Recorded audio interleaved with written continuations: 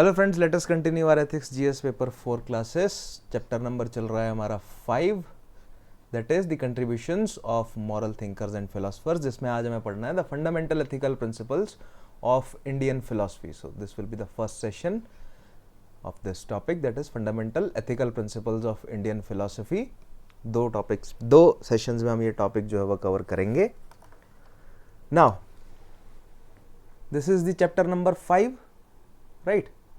That is the contributions of moral thinkers and philosophers from India and world. And under this chapter, what we have so far covered.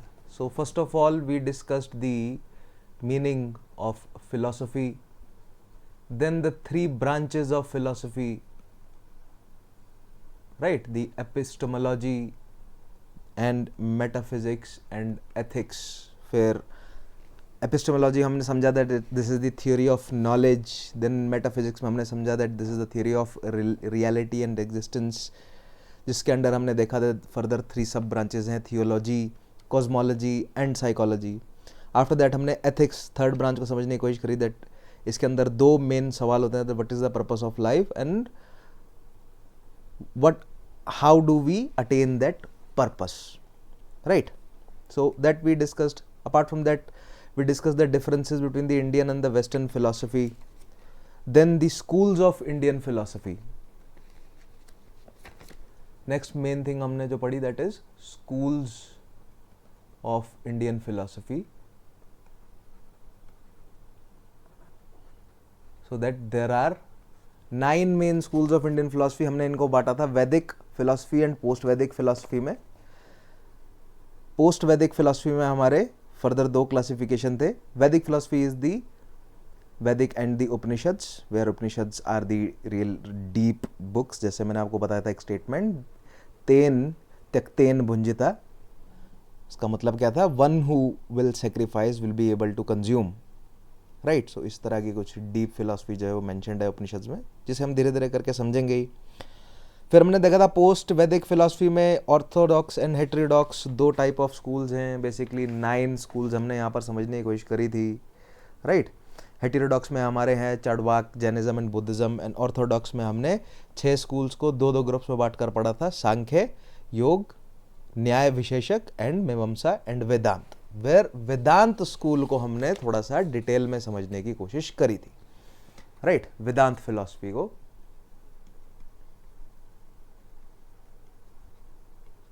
Vedanta philosophy को हमने थोड़ा सा detail में पढ़ा था। और classification क्या करी थी हमने वेदांता फिलोसफी में? We have the Advaitavada Vedanta, Vaishnava Vedanta and neo Vedanta. So this we have discuss. So Advaitavada Vedanta में स्कॉलर रहे हमारे Shankaracharya.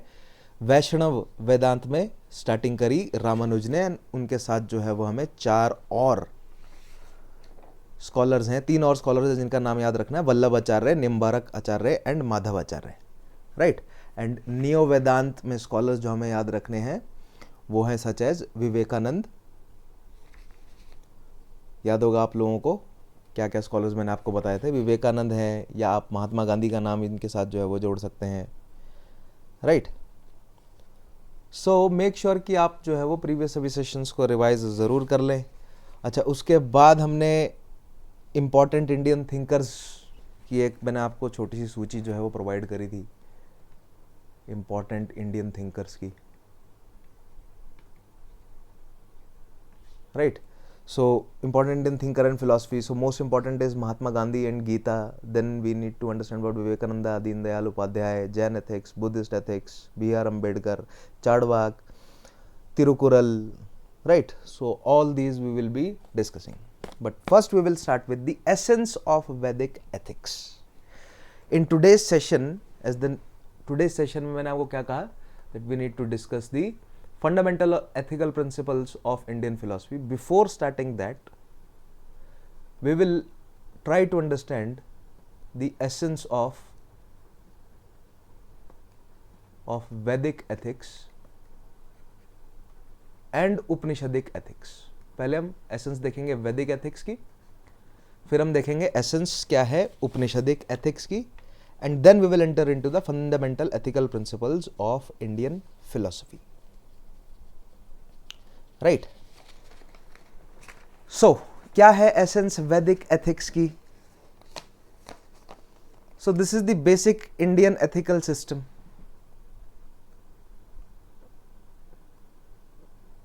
Basic Indian ethical system है ये।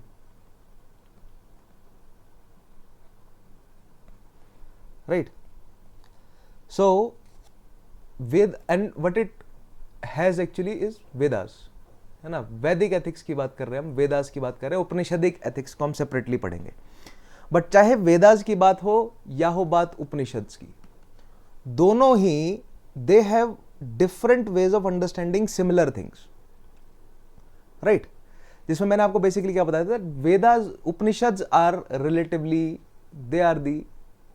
they have the depth of philosophy, right? They have the philosophical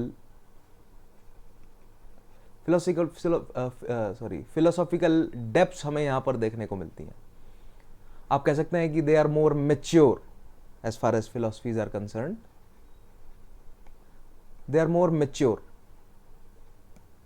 और अगर हम सिविलाइजेशनल या कल्चरल सेंस में भी देखें तो भी ज्यादा मेच्योर जो है वो उपनिषदिक फिलॉसफी देखने को मिलती है। या अगर हम इंडियन सिविलाइजेशन की बात करें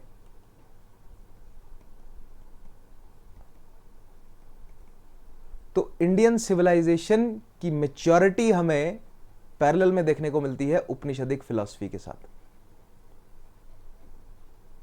एंड हमें देखने को मिलता है कि नॉट सो मैच्योर जो है वो इंडियन सिविलाइजेशन वैदिक टाइम्स में रही, जिसका एक बिल्कुल बेसिक एग्जांपल मैं आपको देता हूं। या क्या एसेंस है वैदिक एथिक्स की, इसका बिल्कुल बेसिक एग्जांपल देते हैं। हम अपने चाइल्डहुड से समझने की कोशिश करते हैं। सो ड्यूरिंग आवर चाइल्डहुड क्या पढ़ाई करना हमारे लिए एक आसान टास्क था? राइट। बच्चों को पढ़ाना जो है वो बहुत मुश्किल टास्क होता है। इनिशियली बच्चे जो है वो प्योर इड होते हैं। याद होगा आप लोगों को इड, ईगो, सुपर ईगो का कॉन्सेप्ट। एंड विद सोशलाइजेशन हम धीरे धीरे बच्चों को अपने इड को कंट्रोल करना जो है वो सिखाते हैं, राइट। एंड देन धीरे धीरे बच्चे जो है वो अपने इड को कंट्रोल कर पाते हैं या उनका सुपर ईगो उनके इड से जो है वो स्ट्रांग बन पाता है। ये कॉन्सेप्ट हमने अच्छे से शुरुआत में समझा है। तो वही सेम जो है वो आप यहां पर समझने की कोशिश कीजिए कि हम वैदिक फिलॉसफी से उपनिषदिक फिलॉसफी में कुछ इसी तरह बढ़े हैं with time. So in our childhood जो भी हम काम किया करते थे, राइट, वो जो भी हम एक्ट्स कर रहे हैं, जो भी हमारे एक्ट्स हुआ करते थे, उनके पीछे का जो मोटिव होता था, राइट, या जो फोर्स आप कह सकते हैं, जो मोटिवेशन है, जो फोर्स है, वो एक्सटर्नल हुआ करते।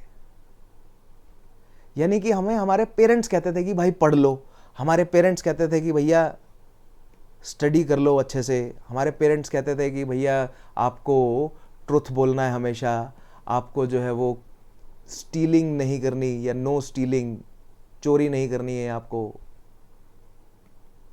राइट, आपको हमेशा सच बोलना है, आपको स्टडी करना है, आपको स्टीलिंग नहीं करनी, आपको मॉरल रहना है। तो मोरालिटी जो है वो हम पर फोर्स्ड होती थी। मोरल रहने का या स्टडी करने का या सच बोलने का या चोरी ना करने का जो मोटिव रहता था वो हमेशा एक्सटर्नल होता था, बाहर से हमारे पेरेंट्स का हमारे ऊपर जो है वो क्या रहता था, प्रेशर रहता था, right.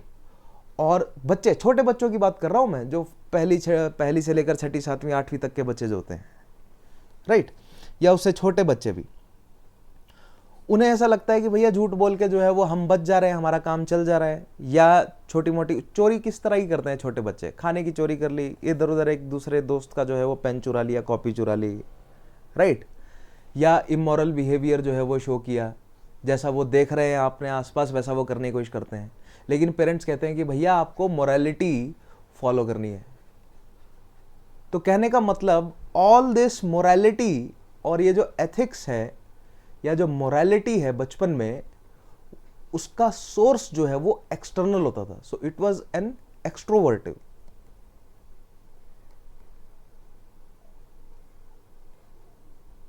The nature of the ethics and morality was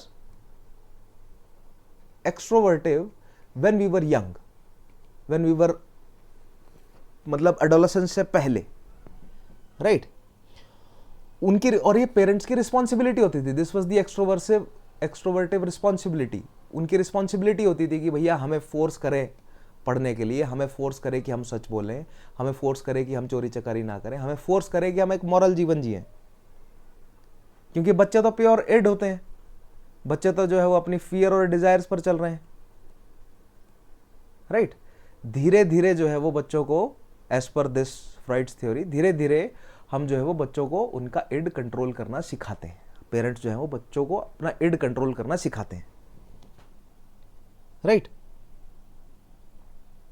same is the case of, same things happens with the civilisation.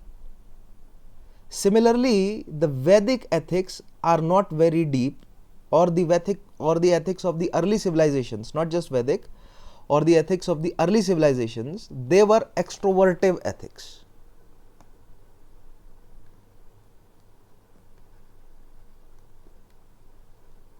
Vedic ethics were extrovertive ethics.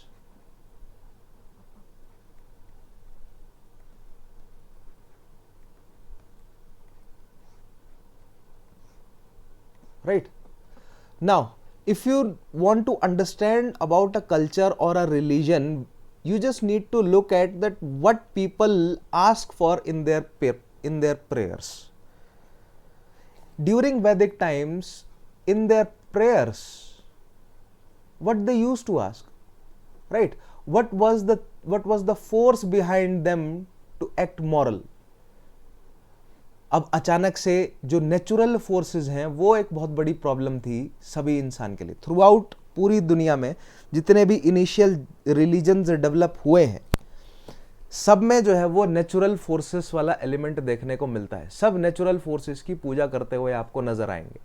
Natural forces such as rain और storms और fire और drought, right? floods, earthquakes, right? Volcanoes, diseases, etc. ये जो natural forces हैं, ये जो हैं वो क्या थी? All of these were problems for early human, for early civilization, right? धीरे धीरे फिर सिविलाइजेशंस जैसे जैसे मैच्योर होती गई, हमने जो है वो rains, storms, fire, drought, floods, quakes, volcanoes, diseases, इन सबसे निपटने के तरीके जो है वो हमने ढूंढने शुरू कर लिए, है ना? रेन्स, फायर, ड्रॉट्स, फ्लड्स, इनसे निपटने के लिए हमने कैनाल सिस्टम्स, सिटाडेल्स बनाने शुरू करे. एलिवेटेड एरिया पर जो है वो थोड़ा सा एक हाईलैंड में जो है वो अपनी सिटीज़ बनानी शुरू करी, नदी से थोड़ी दूर, फ्लड प्लेन से थोड़ा दूर. तो हमने धीरे धीरे जो है वो इन चीज़ों को समझा as civilization, as we matured. But early civilization, not just in India, throughout the world, ये जो नेचुरल डिजास्टर्स हैं, नेचुरल जो फोर्सेस हैं, ये एक बड़ी प्रॉब्लम थी. और ये नेचुरल फोर्सेस जो हैं वो प्रॉब्लम ना बने हमारे लिए, we use to pray to them. हम उन्हें प्रे किया करते थे, and we made gods after them, right? हमने गॉड्स बनाए. यहां से रेन के लिए अलग देवता है. अलग अलग कल्चर्स में, नॉट जस्ट इन वैदिक कल्चर, आप जो है वो नॉर्डिक कल्चर में देखें, आप जो है वो ईरानियन कल्चर में देखें, आप ग्रीक कल्चर में देखें, आप एस्टेक्स में देखें, यानी अमेरिकन जो नेटिव्स हैं वहाँ पर देखें, या आप साउथ ईस्ट एशियन में चले जाएं, या आप ऑस्ट्रेलिया में चले जाएं, अबॉरिजिनल्स, या आप दुनिया की कोई भी ट्राइब्स अगर आप देखें, प्रिमिटिव ट्राइब्स, सब में जो है वो आपको देखने को मिलेगा कि नेचर की वो पूजा कर रहे हैं. वहाँ पर वो गॉड्स हैं उनके. रेन गॉड है, ठीक है, रेन का गॉड होगा. सन का गॉड आपको देखने को मिलेगा. मून गॉड आपको देखने को मिलेंगे, ठीक है. उसके अलावा स्टॉर्म से रिलेटेड या विंड से रिलेटेड आपको गॉड्स देखने को मिलेंगे, राइट? रिवर से रिलेटेड जो है वो गॉड्स देखने को मिलेंगे. सो नेचुरल फोर्सेस की हम पूजा कर रहे हैं, और हम क्या मांग रहे हैं उनसे? प्रेयर्स में क्या मांग रहे हैं वैदिक पीपल? कि भैया हमें जला मत देना, ठीक है, हमारी फसल को मत जला देना, हमारे घास को मत फूंक देना, बारिश जो है वो हमारी घास को मतलब डुबा ना दे, हमारी सेटलमेंट्स को डुबा ना दे, राइट। मून जो है वो कहीं ग्रहण ना लग जाए और कुछ हमारे साथ गलत ना हो जाए, हमारे बच्चे ना मर जाए, हमारी हमारी कैटल वेल्थ ना खत्म हो जाए। सो हम आपकी पूजा करते हैं, हम जो है वो तौर तरीके से रहेंगे, बिल्कुल सही तरीके से रहेंगे, हम मोरालिटी से, एथिक्स से अपना जीवन जिएंगे, बदले में आप जो है वो हमारा नुकसान ना करें, राइट, या हमारी सहायता करें। तो praying different gods for survival, prayers किस तरह की है वैदिक टाइम्स में, right, for ethics. The ethics were extrovertive, right. Ethical क्यों जी रहे हैं वो, प्रे कर रहे हैं, राइट, प्रे कर रहे हैं, डिफरेंट गॉड्स को प्रे कर रहे हैं, नॉट क्योंकि पॉलिथिज्म है, डिफरेंट गॉड्स को प्रे कर रहे हैं फॉर सर्वाइवल, कि भैया कहीं हमारे कैटल वेल्थ ना खत्म हो जाए, कहीं हमारी सेटलमेंट्स ना डूब जाए, कहीं हमारी घास में आग ना लग जाए, कहीं हमारी फसल खड़ी खड़ी खराब ना हो जाए, राइट, कहीं बीमारियां ना फैल जाए, and so on. Another thing that they were praying for different God's is for strength, right, कि हमारी ट्राइब में जो है वो ज़्यादा से ज़्यादा लड़के पैदा हों, हमारी ट्राइब की स्ट्रेंथ जो है वो बढ़े, राइट, हमारी लाइफ जो है वो लंबी से लंबी हो, सो लॉन्जेविटी, राइट, हमारे पास ज़्यादा से ज़्यादा पावर हो, तो ज़्यादा रिसोर्सेज हमारे पास हो, हमारे पास गाय बैल पशु पालन ज़्यादा हो, हमारे पास ज़मीन ज़्यादा हो, राइट, लॉन्जेविटी के लिए, मोर पावर के लिए, प्रवृत्ति मार्ग इसे कहते हैं, राइट, यानी कि path of the world, leisure के लिए, प्लेजर के लिए जो है वो ज़्यादा पूजा की जा रही है, प्रे किया जा रहा है, which can be considered as close to प्रवृत्ति मार्ग कहते हैं इसको, प्रवृत्ति मार्ग, which is close to hedonism.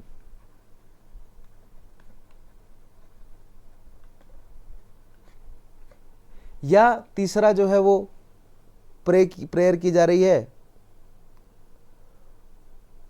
Prayer for the power to defeat others, वो यही पावर वाला पॉइंट ही है, पावर टू डिफीट अदर्स, कि भैया आग लगा दो, दूसरे खेत में आग लगा दो, बाढ़ ले आओ, दूसरे की एरिया में बाढ़ ले आओ, दूसरे की कैटल मर जाए, दूसरे के बिजली गिर जाए, हमारे पास इतनी पावर हो कि हम दूसरे की ट्राइब को लूट खाएं, ठीक है।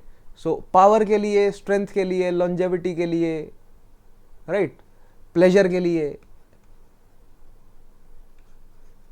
सर्वाइवल के लिए जो है वो पूजा की जा रही है, सर्वाइवल के लिए प्रेयर्स की जा रही है, और एथिकल जीने का जो है वो मतलब भरोसा दिया जा रहा है कि हम जो है वो इस तरह जिएंगे और आप जो है वो हमारी मदद करते रहो। देवी देवताओं से जो है वो भीख मांगी जा रही है,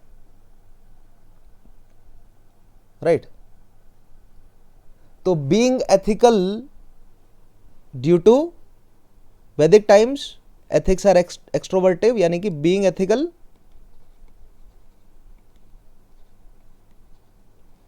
ड्यू टू फियर्स और डिजायर्स, राइट। तो वही है सेम, अब इसको कनेक्ट कर दो अपने बचपन से, राइट। बचपन में, चाइल्डहुड में बीइंग एथिकल होने का क्या डर हुआ करता था, एक्सट्रोवर्टिव था। पेरेंट्स हमें जो है वो पढ़ाई करनी है, पेरेंट्स फोर्स कर रहे हैं, राइट। अगर मैंने पढ़ाई नहीं करी तो मेरी मम्मी मेरे पापा मुझे डांटेंगे, अगर मैंने सच नहीं बोला तो जो है वो मुझे डांट पड़ेगी, राइट। अगर मैंने चोरी करी तो मुझे डांट पड़ेगी, अगर मैंने मॉरल बिहेवियर नहीं किया तो मुझे डांट पड़ेगी, मुझे मार लगेगी। तो बचपन में फियर एंड डिजायर्स, और डिजायर क्या कि अगर मैं अच्छे से पढ़ूंगा तो मेरे पेरेंट्स जो है वो मुझे शाबाशी देंगे, अगर मैं सच बोलूंगा तो मुझे शाबाशी मिलेगी, है ना, अगर मैं चोरी नहीं करूंगा, अच्छे से बिहेव करूंगा तो मुझे सब पसंद करेंगे, शाबाशी देंगे। तो fear and desires were the external forces, external motives to act ethical और मॉरल बचपन में। तो like every civilization, Vedic time was the मतलब चाइल्डहुड और अर्ली चाइल्डहुड आप मान सकते हैं। So Vedic period is the beginning of our civilization in a sense, and as we became more mature the culture and civilization became more mature. So Vedic times को हम कह सकते हैं that it was the beginning of our civilization, right. And जैसे जैसे जो है वो as we became more mature, culture and civilization became more mature. So gradually क्या हुआ, our culture and civilization became mature. Like अब जब आप बड़े हो गए, now the motive for you or the force for you to study, right, to speak the truth or to मतलब not to be,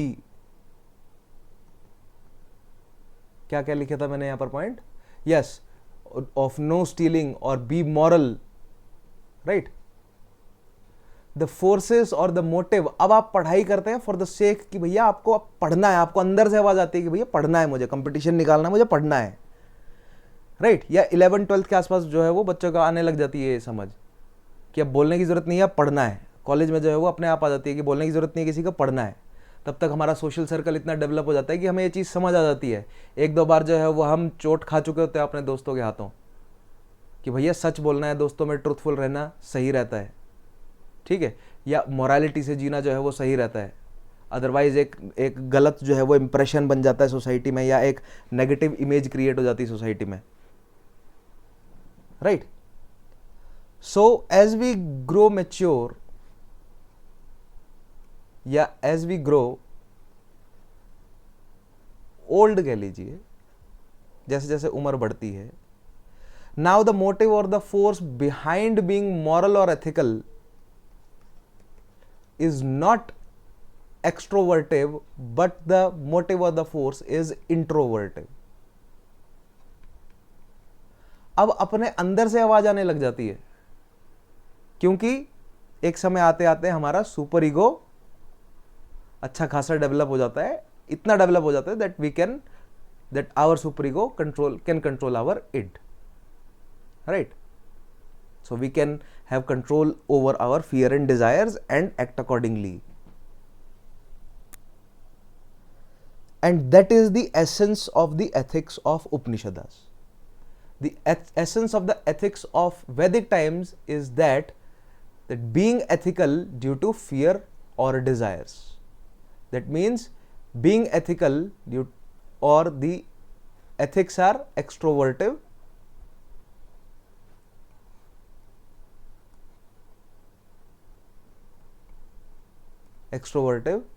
ethics. That is the essence of Vedic ethics. But the essence of Upanishadic ethics is that they are introvertive ethics.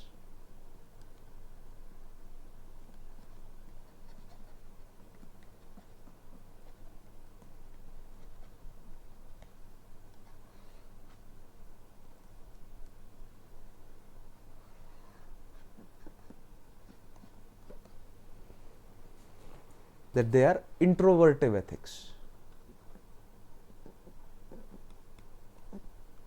अब यहां पर जो prayers की जा रही हैं वो पहले की तरह नहीं है, राइट। इंट्रोवर्टिव एथिक्स का बेसिकली मतलब क्या है, that I want to be ethical और moral because I want to be, not due to some external factor, that we have a self realisation.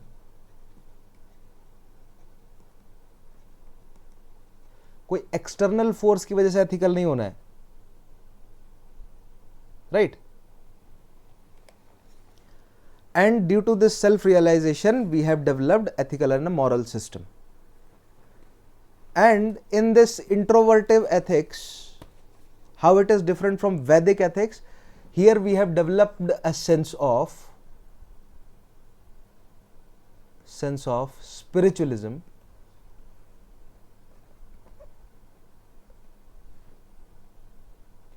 spiritualism is evident here.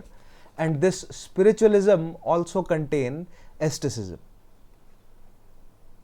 एक ascetic yes, acidic behaviour जो है वो हमें देखने को मिलता है, एक स्पिरिचुअलिज्म का एलिमेंट जो है वो देखने को मिलता है इन उपनिषदिक एथिक्स,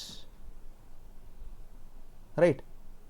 स्पिरिचुअलिज्म का मतलब क्या है, that now we are not concerned, या in this ethics there are elements which says that we need to rise above the disputes of the world, above the concerns of the world.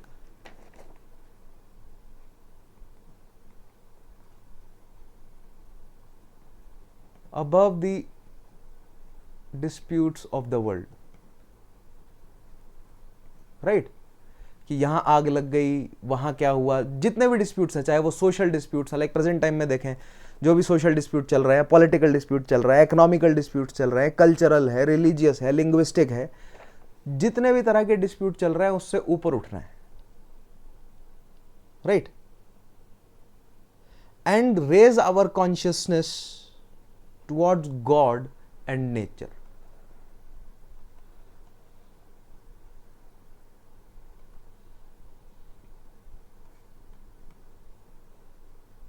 Towards God and अगर scientific temper है आपका तो आप nature भी कह सकते हैं,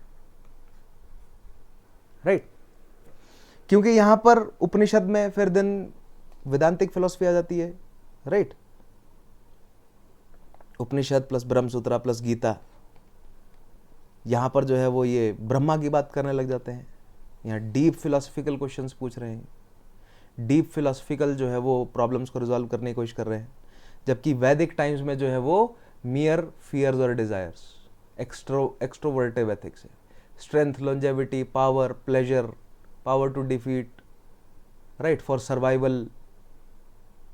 सो वहां पर फियर और डिजायर्स पर बेस्ड है, यहां पर जो है वो हम स्पिरिचुअलिज्म की तरफ बढ़ गए, एस्टेटिसिज्म की तरफ बढ़ गए, राइट। सो क्या मतलब है इसका,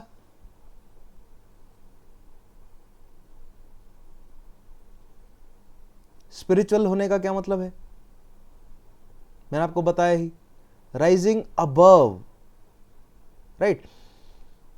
आपने एक स्टेटमेंट सुना होगा that we behave in a certain manner, या मैंने आपको समझाया भी था कि मॉरली हम कैसे बिहेव कर रहे हैं, राइट। मॉरल बिहेव करने का या एथिकल बिहेव करने का हमारे ऊपर जो है वो प्रेशर होता है। कितने तरह के प्रेशर हो सकते हैं, एक तो लॉ एंड ऑर्डर का प्रेशर होता है, उसके अलावा सोशल क्रिटिसिज्म का प्रेशर होता है, और एक प्रेशर जो है वो सेल्फ का भी होता है, राइट। सो अगर आप मॉरल और एथिकल बिहेव कर रहे हैं अंडर प्रेशर, यानी कि इन योर पब्लिक लाइफ, एक तो आप अपनी पब्लिक लाइफ में देखिए आप मॉरल और एथिकल बिहेव कर रहे हैं, that is not true morality और ट्रू एथिक्स। आप जब अकेले हैं, अलोन जब आप, तब आप कैसा बिहेव कर रहे हैं, तब आप क्या मॉरल और एथिकल बिहेव कर रहे हैं या नहीं, राइट। तब क्या आप मतलब सेम फिलॉसफी को फॉलो कर रहे हैं या नहीं, दैट कि भैया हम दुनिया से जो है वो ऊपर हट गए, ये नहीं कि केवल दुनिया को दिखाने के लिए, that is not spiritualism. A lot of people जो है वो they pretend to be spiritual, but in their alone time they are bhogi, not yogi, right? And another thing is asceticism, ascetic behavior या ascetic behavior. Asceticism क्या है, it is nothing but simply the control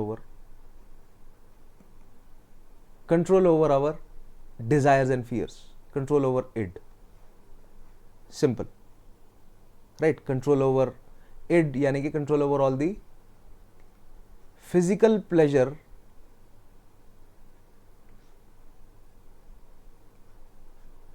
control over all the fears and desires. जैसे for example एक asterisk behaviour क्या होता है, like मान लीजिए आप जो है वो फास्टिंग करते हैं, आप मंगलवार, बुधवार, वीरवार, शनिवार आप फास्टिंग कर रहे हैं, राइट। देन आपके सामने जो है वो एक अपॉर्चुनिटी आती है कि भैया आज पार्टी है, यहाँ पर रिसेप्शन है इस तरह, और भांति भांति के पकवान खाने को मिलेंगे, राइट। और आप उस पार्टी में जाते हैं। अब जब आप उस पार्टी में गए तो वहां पर क्या आप अपने इड को कंट्रोल कर पाए या नहीं? जो एसिटिक बिहेवियर है, जो एस्टिसिज्म है, वो क्या कहेगा कि भैया पार्टी हो या ना हो, हमें कोई फर्क नहीं पड़ता। आज अगर हम फास्ट कर रहे हैं तो हम फास्ट कर रहे हैं, चाहे कितने भी तरह के पकवान बन रहे हो हमारे सामने, कोई फर्क नहीं पड़ता। फिर खा लेंगे कभी, जिस दिन फास्ट नहीं होगा उस दिन खा लेंगे, नहीं खा पाए तो भी चलेगा, right. Whereas, so if you don't have that kind of control over your id, और अगर आप कहें कि चलो यार आज मौका मिला है खाने का, फास्टिंग तो चलती रहती है, आज नहीं फास्ट किया कल फिर कभी फास्ट कर लेंगे, right. So the tendency to not to compromise, right, that comes with one's control over their id. That is what asceticism is. And this is just a very एक बहुत हल्का एग्जाम्पल है कि पार्टी में जो है वो फास्ट आपने तोड़ा या अपना फास्ट वायलेट किया या नहीं किया, राइट। हर तरह के फिजिकल प्लेजर, जो प्रॉपर जो एस्टिक लोग होते हैं ना, राइट, जो प्रॉपर साधु टाइप के जो लोग हैं, वो हर तरह के फिजिकल प्लेजर्स को दुनिया के छोड़ देते हैं, तपस्या करने निकल जाते हैं, राइट। खासतौर पे हठ योगी आपने देखे होंगे, या और भी कई तरह के आपने इस तरह के योगी जो हैं वो देखे होंगे। सारी जो एक्चुअल प्रॉपर योगीज हैं, जिनके पास जो ज्ञान के पीछे भी जाते हैं, लेकिन हर तरह की, खासतौर पे जब हम बात करते हैं अद्वैतवाद की, राइट, किनकी बात करते हैं? शंकराचार्य की। शंकराचार्य ने जो ज्ञान पाने का रास्ता दिखाया था, वो बहुत मुश्किल रास्ता है, ऐसा कोई आसानी से उस ज्ञान पाने के रास्ते पर नहीं उतर सकता। उस पर उतरने के लिए पहले से ही काफ़ी सारी कंडीशंस जो हैं वो मीट करनी पड़ती हैं, जिनमें से एक ये है कि भैया आपको एस्टिक बिहेवियर, आपको पूरी तरह अपने फियर्स एंड डिज़ायर्स पर कंट्रोल पाना है। किसी तरह की कोई डिज़ायर नहीं होनी चाहिए, किसी तरह का कोई डर नहीं होना चाहिए, राइट। सो सच इस तरह की जो है वो फिलॉसफीज हमें देखने को मिलती हैं। एथिक्स जो है वो मोर डीपर, मोर इंट्रोवर्टिव, मोर एस्टिक, मोर स्पिरिचुअलिस्टिक जो है वो हमें देखने को मिलता है इन दी पोस्ट वैदिक और the Upanishadic times, right. So that is the essence of Upanishadic ethics, that it is more introvertive ethics, it is more spiritualistic,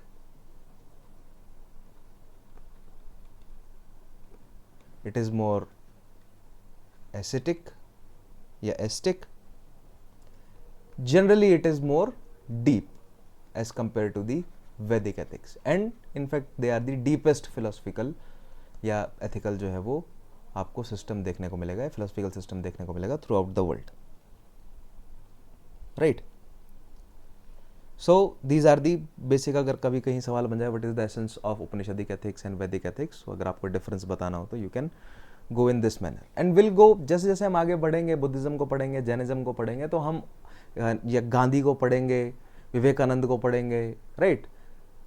जैसे जैसे हम वेदांत फिलोसफी को और डिटेल में समझेंगे डिफरेंट इंडियन फिलोसफर्स के माध्यम से, तो will go into the details of the spiritualism और द एस्टिज्म और the depths of Upanishadic ethics, ठीक है। So this much is about the essence of Vedic ethics and the essence of Upanishadic ethics.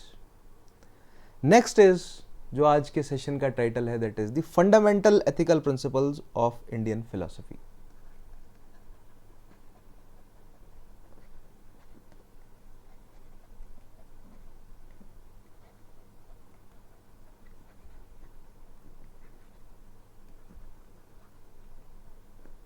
of Indian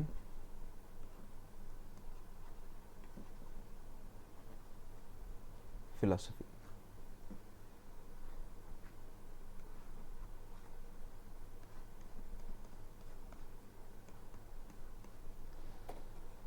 So अगर हम ऊपर के differences, right, जो अभी हमने डिफरेंसेस ये देखे, अगर हम इन्हें छोड़ दें या इन्हें कंसीडर ना करें of Vedic and Upanishadic times, right? So if we do not consider or leave the fundamental ethical principles of Indian culture अगर ऊपर के डिफरेंसेस हटा दें तो fundamental ethical principles of Indian culture they are derive from Vedas and Upanishads collectively. तो आप कह सकते हैं these are derive from Vedas and Upanishads collectively, right. दोनों की अप्रोच अलग अलग है ना। वेदास हमें रिलेटिवली कम मैच्योर नजर आते हैं और उपनिषद जो है वो ज्यादा हमें मैच्योर नजर आएंगे। दोनों में हमें सेम चीज देखने को मिलेगी, Vedas will lack depth and Upanishads जो है वो ग्रेटर डेप्थ में हमें देखने को मिलेंगे, but both have same ethics.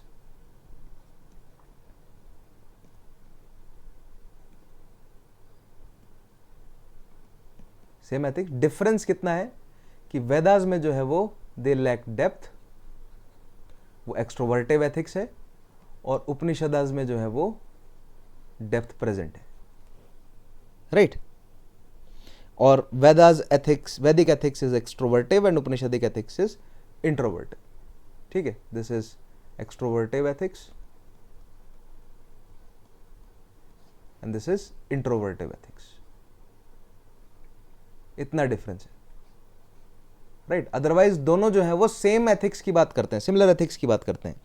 Like for example पुरुषार्थ जो है वो दोनों वेदास और उपनिषद में प्रेजेंट है, लेकिन पुरुषार्थ की जो डेप्थ है वो हमें उपनिषद में देखने को मिलती है। लेकिन जो प्रिंसिपल है पुरुषार्थ वो वेदास और उपनिषद दोनों में देखने को मिलता है। So what are these fundamental ethical principles?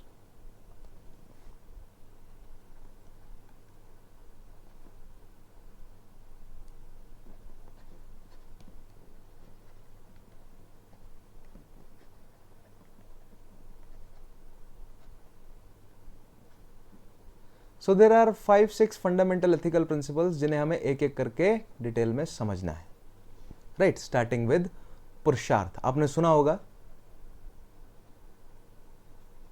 पुरुषार्थ, राइट। फिर आप कहेंगे कि भैया पुरुषार्थ ही क्यों, महिलार्थ क्यों नहीं, राइट। सो इट हैज, अगर हम सांख्य फिलॉसफी की बात करें तो सांख्य फिलॉसफी जो है वो पुरुषार्थ को या पुरुष वर्ड को यहां पर लिंक करता है आत्मा से, right. and it has a connection with the concept of मोक्ष also, right। so ये आत्मा की बात करता है, ये मोक्ष की बात, मोक्ष जो है वो कनेक्टेड है यहाँ पर। तो ये सभी की बात, सभी व्यक्तियों की बात कर रहे हैं, केवल पुरुषों की नहीं, महिलाओं की भी। लेकिन हाँ, डिबेट तो है यहाँ पर, ठीक है। क्यों? क्योंकि पुरुष प्रधान समाज से ही जो है वो ये फिलोसफीज निकलती हुई आ रही हैं। So whether it is only concern with males और क्या फीमेल्स का भी यहाँ पर कोई रोल है या नहीं, ये यहाँ पर डिबेट यहाँ पर मौजूद है। But we will not go into that debate, will consider, हम यहाँ पर सांख्य फिलॉसफी की बात मानेंगे कि भैया सांख्य फिलॉसफी यहां पर पुरुष का मतलब है आत्मा, राइट। देन पुरुषार्थ के साथ हम कनेक्ट करेंगे, ये कनेक्ट होते हुए चलेंगे, पुरुषार्थ के साथ कनेक्ट करेंगे डॉक्ट्रिन ऑफ कर्मा को।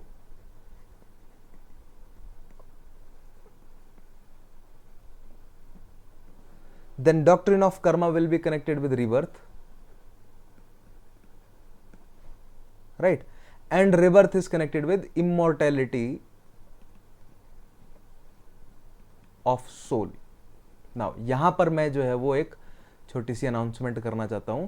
इन द प्रीवियस सेशंस मैंने सोल को, आत्मा को नश्वर कह दिया गलती से, ये मैंने बाद में रियलाइज किया। सोल जो है वो नश्वर नहीं है, शाश्वत है। मैं खुद अपनी एक बार वीडियो को एक बार देख रहा था और अचानक से मेरी जो है वो मतलब नज़र पड़ी कि मैंने यहाँ पर सोल को नश्वर कह दिया है, गलती हो गई है मुझसे। सो मेक श्योर कि आप उसे करेक्ट ज़रूर कर ले। लेकिन हाँ, मैंने इंग्लिश में सोल को इमोर्टल जो है वहाँ पर मेंशन किया है।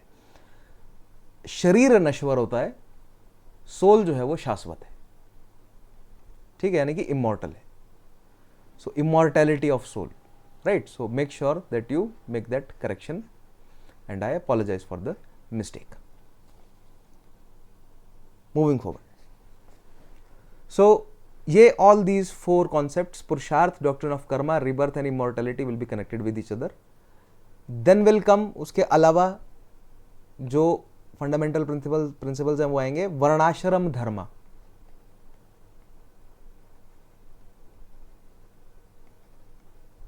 वर्णाश्रम धर्म। 4 वर्णाश्रम है, सुने होंगे आप लोगों ने, ब्रह्मचार्य, गृहस्थ, वानप्रस्थ और संन्यास। Will discuss that. देन संस्कार है, राइट। सुना होगा आपने कि भैया बच्चों को आपने बहुत अच्छे संस्कार दिए, या इस बच्चे के तो संस्कार ही बहुत बेकार हैं, और संस्कारों पर बात होती है कि कैसे संस्कार दिए तुम्हारे माता पिता ने। तो विल लुक एट दो संस्कार, क्या वही संस्कार हैं या नहीं। एंड लास्टली ऋण। सो पितृ ऋण, guru rin, this rin, that rin. We'll try to understand about different type of rins. So these are the fundamental ethical principles of Indian philosophy, right? Someone who believes, या Indian philosophy या वेदांतिक philosophy की अगर हम generally बात करें तो generally what we believe in is this, या collection of, इनमें से हम कुछ कुछ चीज़ें मानते हैं, या पूरी तरह तो हम स्टडी नहीं करते हैं क्योंकि हमें पेरेंट्स भी जो है वो हमें पूरी तरह ये सारी चीज़ें नहीं समझाते, लेकिन हाँ, parts of all these fundamental ethical principles हमें बचपन से जो है वो सिखाए जाते हैं।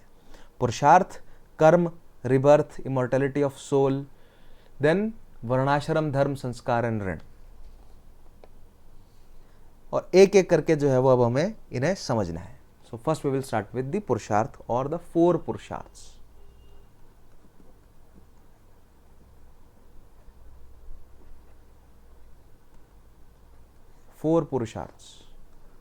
पुरुष का मतलब हम यहां पर मेल ना मानकर सांख्य फिलॉसफी से आत्मा समझ रहे हैं, राइट। और अर्थ का मतलब होता है, यहां पर अर्थ का मतलब है, it means purpose. So collectively what it entails is that what is the purpose of human life. सो वही एथिक्स का सवाल जो हम देख रहे थे ना फिलॉसफी में, 3rd ब्रांच में। एथिक्स का पहला सवाल क्या है? What is the purpose of human life.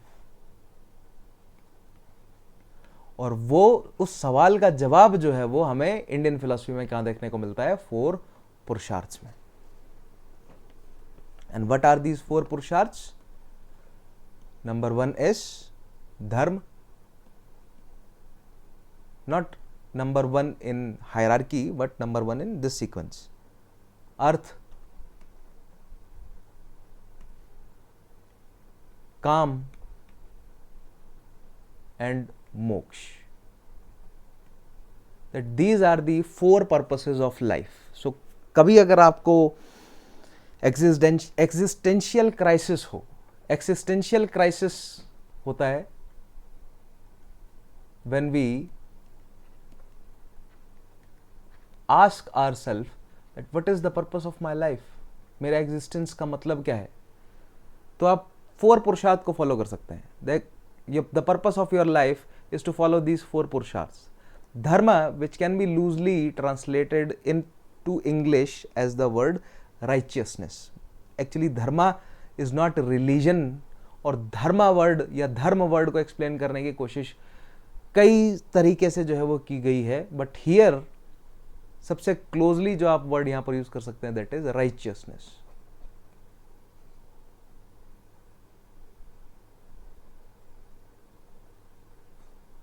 Earth is prosperity, kama is pleasures of life, and moksha के लिए भी कोई एग्जैक्ट वर्ड नहीं है हमारे पास। मोक्ष के लिए जो है वो क्लोज जो वर्ड है it is liberation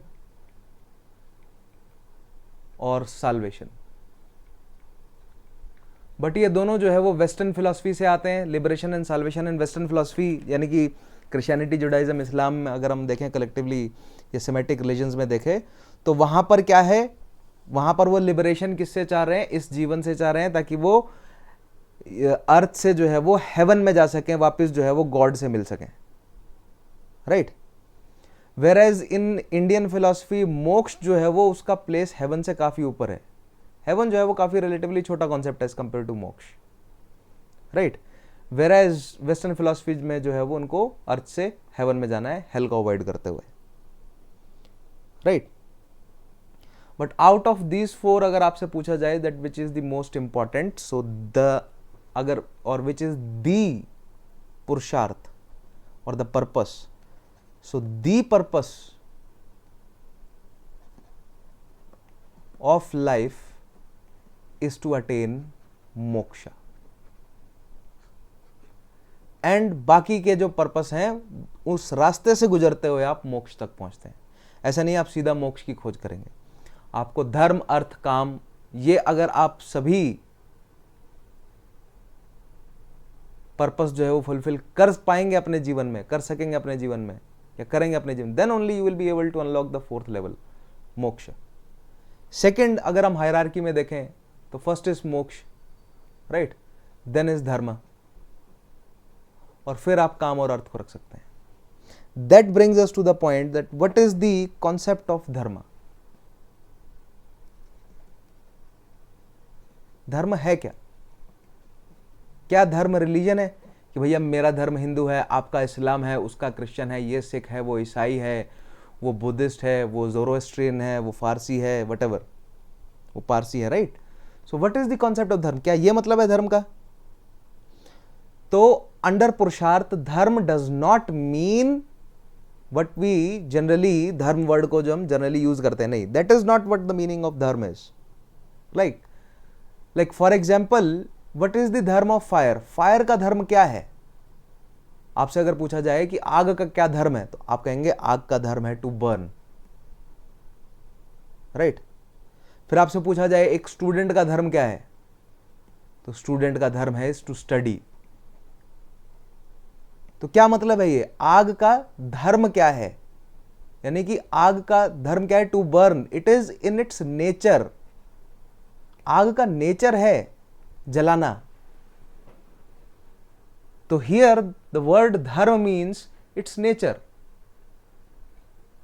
similarly student का धर्म क्या है? स्टडी करना.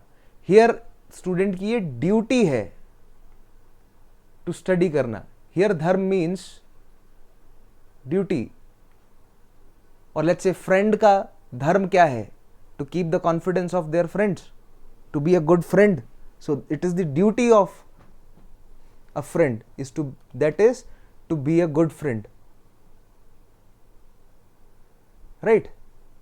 So these are the two basic meanings of dharma, that is whether it is a nature of something or duty of someone, of something or something. And thirdly, जो most understood जो meaning है, that is in terms of what religion you follow.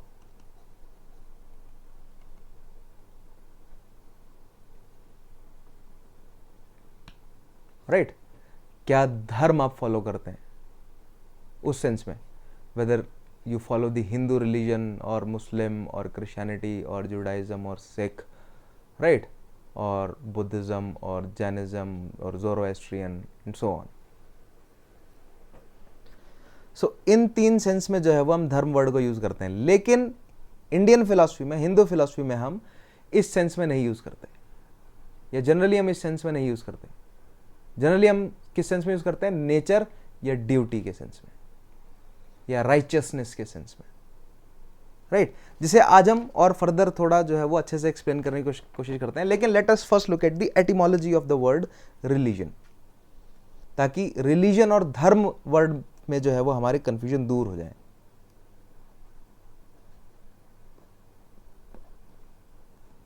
Etymology देखते हैं किसकी, किस word की? Religion.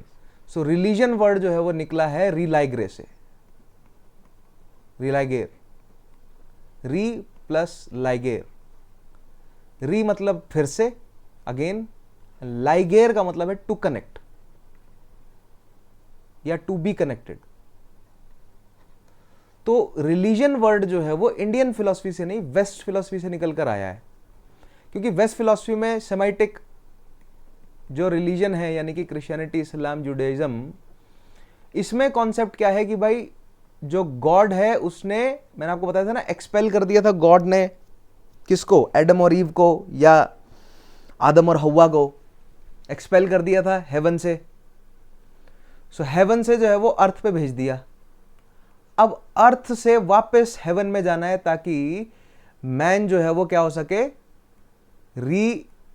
Connection हो सके किसका, गॉड और ह्यूमन का।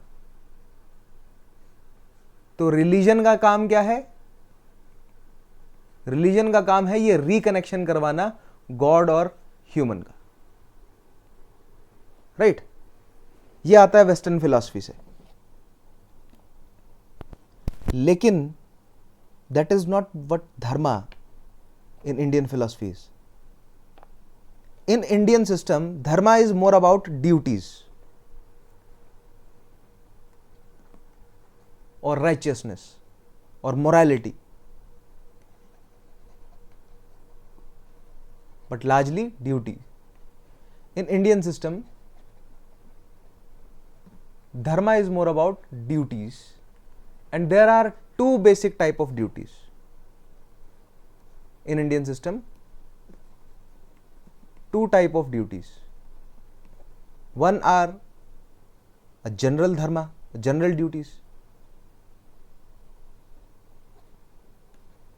right, that are these are the duties that are applicable on everyone throughout their lives,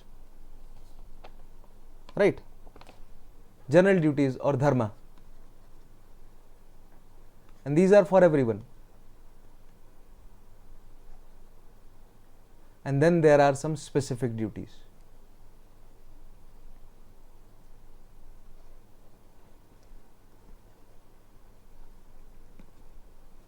Specific duties, right, Varna specific duties. In fact, there are Varna specific duties, duties that are specific to Varnas, that Brahman वर्ण की क्या duty है, क्षत्रिय वर्ण की क्या duty है, वैश्य वर्ण की क्या ड्यूटी है, शूद्र वर्ण की क्या ड्यूटी है।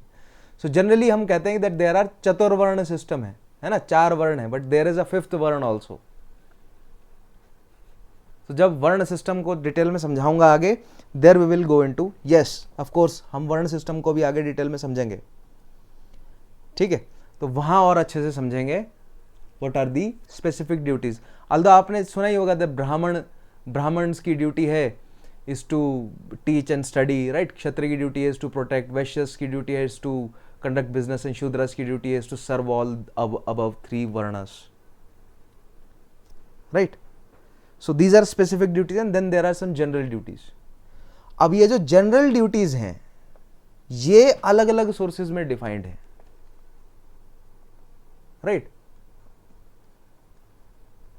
जो साधारण धर्म है, जनरल जो धर्म है, ये साधारण धर्म इसको जो कह सकते हैं हम, साधारण धर्म और ड्यूटीज, ये मेंशन की गई अलग अलग सोर्सेज में। महाभारत बोलता है, महाभारत यहां पर एक कोटेशन देता है, दैट इज धरती धार्यति व लोकम इति धर्मा। धरती धार्यति व लोकम इति धर्मा। क्या ट्रांसलेशन है इसका? The translation is that what holds the society is Dharma.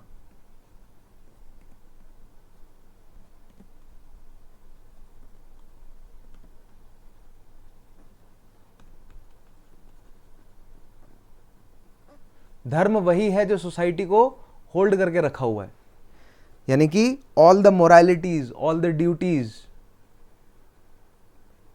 The morality, the ethics, right, the duties of people towards themselves, towards their family, towards others, यही जो सोसाइटी को जोड़कर रखी हुई है, होल्ड करके रखी हुई, अदरवाइज एनार्की फैल जाएगी, आदमी आदमी को खाने लग पड़ेगा।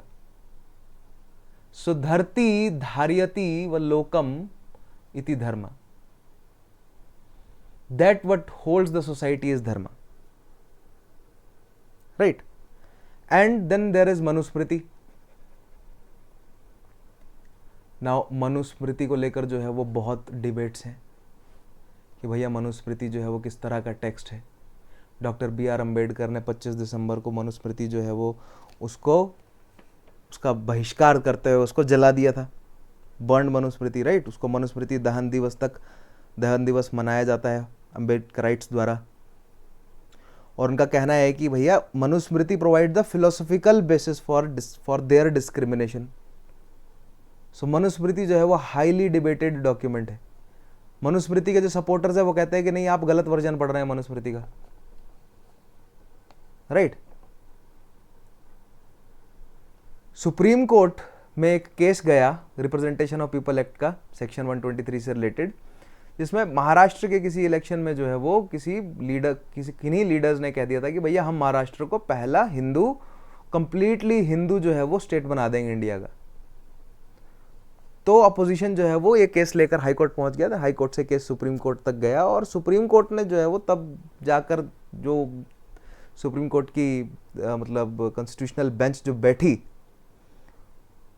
उन्होंने कहा कि भैया यहाँ पर हिंदू वे ऑफ लाइफ की बात चल रही है, ना कि हिंदू धर्म की बात।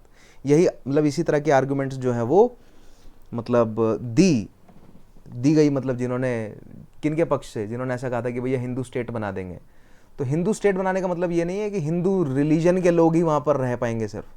हिंदू स्टेट कहने का मतलब है जो हिंदू धर्म में जो ड्यूटीज मेंशन्ड है उस ड्यूटीज पर बेस्ड जो है वो स्टेट बनाएंगे, तो हिंदू वे ऑफ लाइफ का स्टेट बना देंगे। तो इस तरह का जो है वो स्टेटमेंट सुप्रीम कोर्ट भी दे चुका है।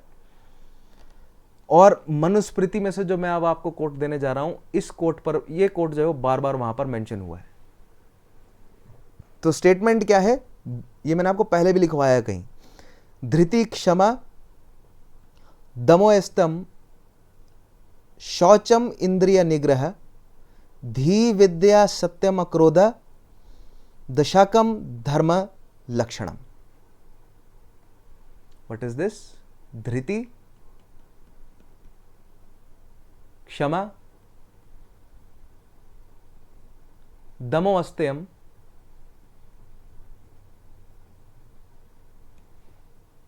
शौचम इंद्रिय निग्रह,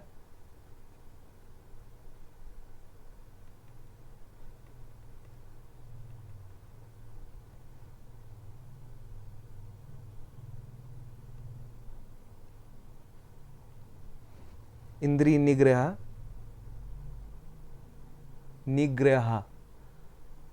RAHH, धी विद्या सत्यम अक्रोधो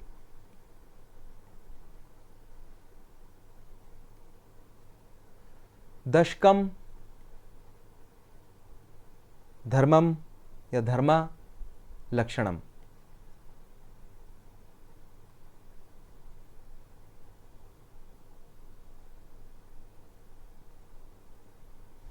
तो यहां पर देखिए, धर्म को लेकर कोई भी सेरेमनी, कोई भी रिचुअल की बात नहीं कर रही है मनुस्मृति। यहां पर ये 10, 1 2 3 4 5 6 7 8 9 और 10, ये 10 जो है वो क्या है, ये दशाकम धर्म लक्षण, ये धर्म के लक्षण जो है वो बताएं, राइट। These are the 10 signs of dharma. ये है जनरल धर्म महाभारत के अकॉर्डिंग। तो ये सब कोट आप जो है वो याद रखें। ये सब कोट जो है वो आप ऐसे में करेंगे। एथिक्स में तो वैसे इतना कोट नहीं चलते हैं संस्कृत के, लेकिन ऐसे में ये सब कोट करने का आपको बहुत काम आएंगे, राइट। वन इज, एक तो जो मैंने आपको बताया ही पहले, तेन तख्तेन भुंजिता, राइट। देन दिस धरती धारयति, धरती धारयति व लोकमिति धर्मा, एंड ये मनुस्मृति का धृति क्षमा दमयस्त्यम शौचम इंद्रिय निग्रह धी विद्या सत्यम अक्रोधो दशाकम धर्मा लक्षणम, राइट। अब इनका मतलब क्या है? धृति का मतलब क्या है? फर्स्ट टर्म का मतलब क्या है? That is Dhriti, it's meaning is धैर्य, पेशेंस, राइट। मैं यहां पर फर्स्ट लिख रहा हूं टर्म, आप यहां पर पैरेलल में लिख सकते हैं, dhriti. Then kshama, second term is kshama. Kshama का मतलब as the name suggest forgiveness. One should be able to forgive.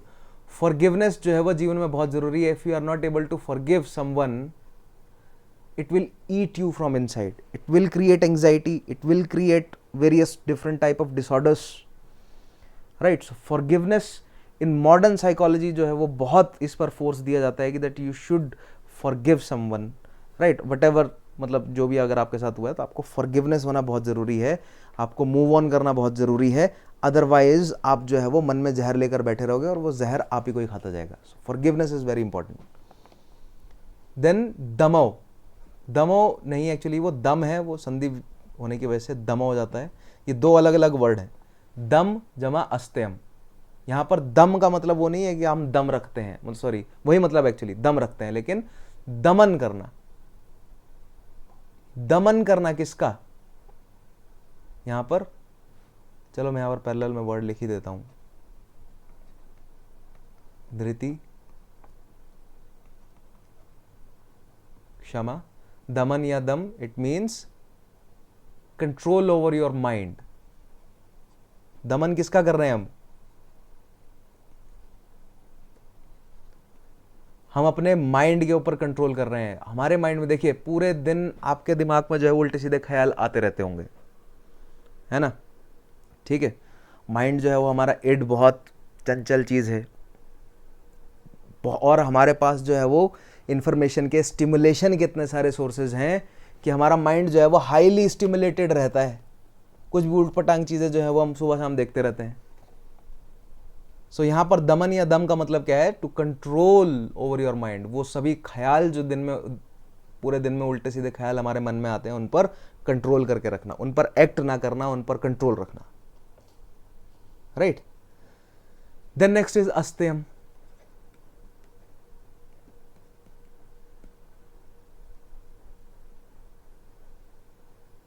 अस्त्यम simply means not to steal. Jainism में बहुत इंपॉर्टेंस है इसकी, जो कि हम पढ़ेंगे भी, ठीक है.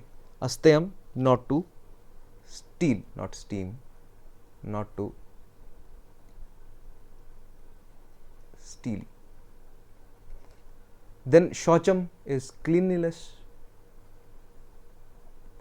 Cleanliness is close to godliness, right. जो वेस्ट में कह रहे हैं वैसे ईस्ट में भी कह रहे हैं, हम भी कह रहे हैं. शौचम, क्लीन रहना, धर्म है हमारा, राइट. और पास्ट में धर्म जो है वो क्यों रहा होगा, क्योंकि ऑब्वियसली हाइजीन, सैनिटरी, मतलब बहुत सारी बीमारियां जो है वो हाइजीन की वजह से होती होंगी, राइट. आज तो हमारे पास एंटीबायोटिक्स हैं और बहुत सारी चीज़ें हैं, पहले ऐसा सब नहीं था. इंद्रिय निग्रह.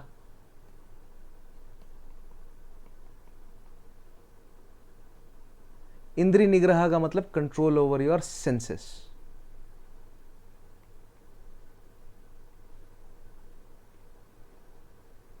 राइट, यहां पर है कंट्रोल ओवर योर माइंड और इधर है कंट्रोल ओवर योर सेंसेस.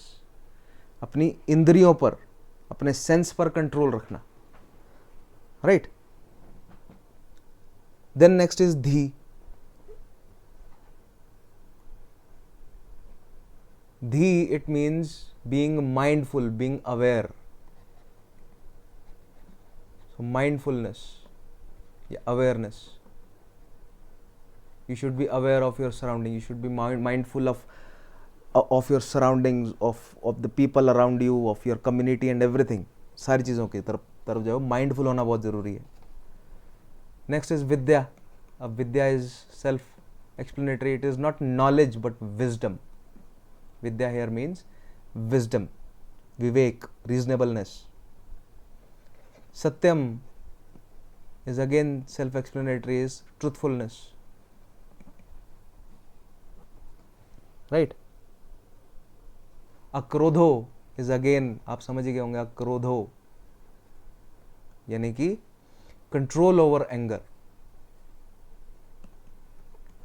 हमारी लाइफ में अ lot of complications, a lot of problems जो हैं वो हमारे एंगर, हमारी सेंसेस और हमारी थॉट्स, जो मतलब इंट्रूसिव थॉट्स जो हमारे दिमाग में चलती रहती हैं, ये बहुत बड़ी प्रॉब्लम्स जो हैं वो क्रिएट करती हैं, right. So we need to have control over our intrusive thoughts, control over senses. हमारी सेंसर्स जो हैं वो प्लेजर ढूंढती हैं, So we need to control our senses, we need to limit our pleasures, control our anger, right? These are the 10. And then lastly क्या है? This is दशाकम धर्मा लक्षणा, मतलब science of 10 signs of Dharma, right. आप यहां पर देख रहे हैं कि कोई भी सेरेमनी की बात नहीं हुई, कोई भी रिचुअल्स की बात नहीं हुई, राइट। कंप्लीटली बात जो है वो किसकी चल रही है? मोरालिटी की, एथिक्स की बात चल रही है, राइट। तो ये तो है जनरल धर्म। जब हम वर्ण सिस्टम पढ़ेंगे तो वहां पर हम वर्ण स्पेसिफिक धर्म या वर्ण स्पेसिफिक ड्यूटीज को अच्छे से समझेंगे। और ये 5th वर्ण का क्या मतलब है? आपने अभी तक चतुर्वर्ण ही सुना होगा। जो हिस्ट्री ऑप्शनल वाले हैं वो 5th वर्ण भी जानते होंगे कौन है। ऑल्दो विल डिस्कस, आगे डिस्कस करेंगे इसे। So this is dharma. Next the concept of artha and काम।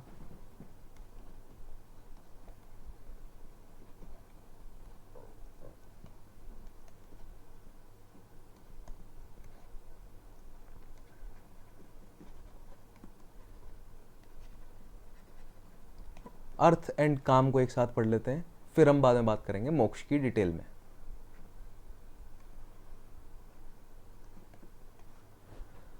नाउ अर्थ का मतलब क्या है? सिंपल अर्थ का मतलब है दैट इज प्रॉस्पेरिटी।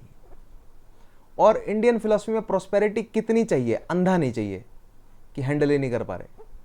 प्रॉस्पेरिटी इतनी चाहिए कि भैया अपनी नीड्स फुलफिल हो जाए, टू फुलफिल योर नीड्स,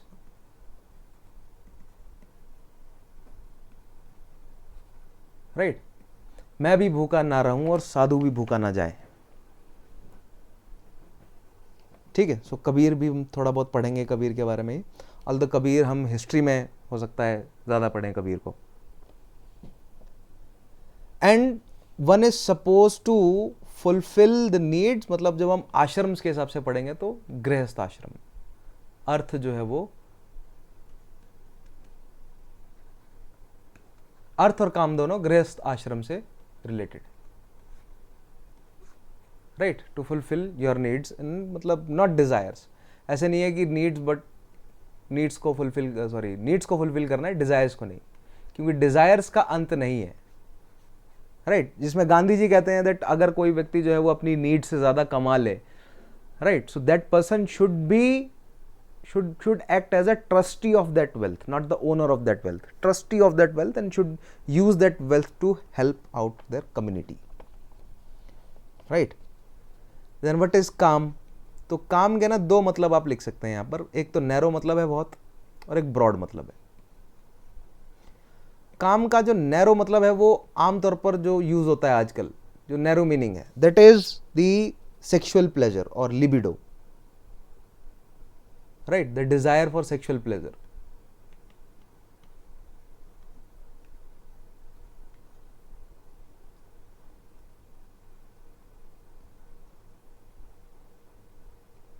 और लिबिडो, राइट।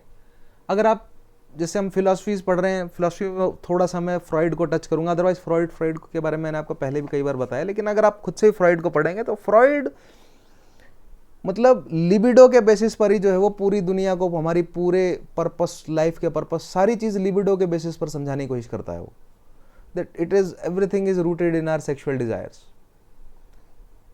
राइट। सो थोड़ा सा अगर आप फ्रॉइड पढ़ेंगे तो ये सेंस भी आपको समझ आएगी। बट यस, मॉडर्न जो साइकोलॉजिस्ट हैं उन्होंने फ्रॉइड की ये सब नहीं, लेकिन काफी सारी बातों को जो है वो खारिज किया है। So will look into that. आगे जब हम पढ़ेंगे, बीच में फ्रॉइड का कभी जिक्र आएगा तो I will explain that. But that is the narrow meaning, that काम चेतना और काम वासना is the narrow meaning of kama, but that is not what kama is. काम का ब्रॉड मीनिंग जो है वो इंडियन फिलॉसफी में चलता है, that is pertaining to all the physical pleasures, not just sexual pleasures, all the physical pleasures,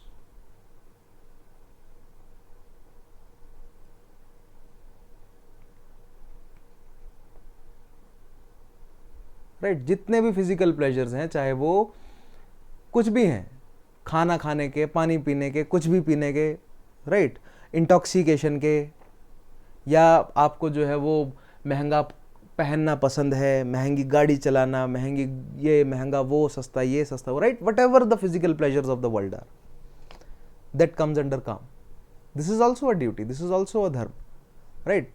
हमें हमारे गृहस्थ जीवन में काम भी चाहिए, हर तरह के फिजिकल प्लेजर्स को भी इंजॉय करना है, राइट. या मतलब वटेवर जितना भी आप अर्थ कमा सकेंगे उसी के हिसाब से तो आप काम भोग सकेंगे ना, ठीक है. मतलब उसी तरह के फिजिकल प्लेजर्स जो है वो अटेन कर पाएंगे, लेकिन that is to be done in the grihastha ashram, right. And in order to reach to moksha आपको इन सभी स्टेप से गुजरना पड़ेगा, तभी जो है वो आप मोक्ष को सही तरीके से समझ पाएंगे, राइट. सो यहां पर और इंडियन फिलॉसफी में मतलब फॉर काम एंड फॉर अर्थ जो है वो वही सेम चीज दी गई है. ईश उपनिषद मैंने आपको बताया ही था, ईश उपनिषद में मेंशन्ड है तेन त्यक्तेन, actually त्यक्तेन भुंजिता, right. Those who are able to sacrifice will be able to consume,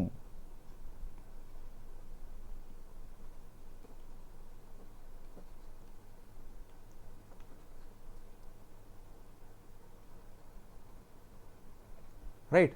And this applies to both earth and kama as per Ishopanishad. तेन त्यक्तेन भुंजिता, ठीक है. So that is enough for artha and kama. Next let us start with the concept of moksha. This is where we need to go into certain details.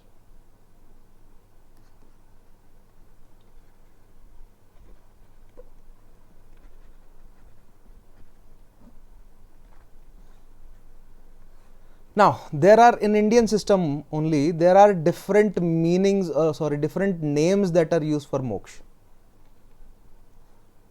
such as mukti, right, mukti from the Kal Chakra or mukti from the birth cycle.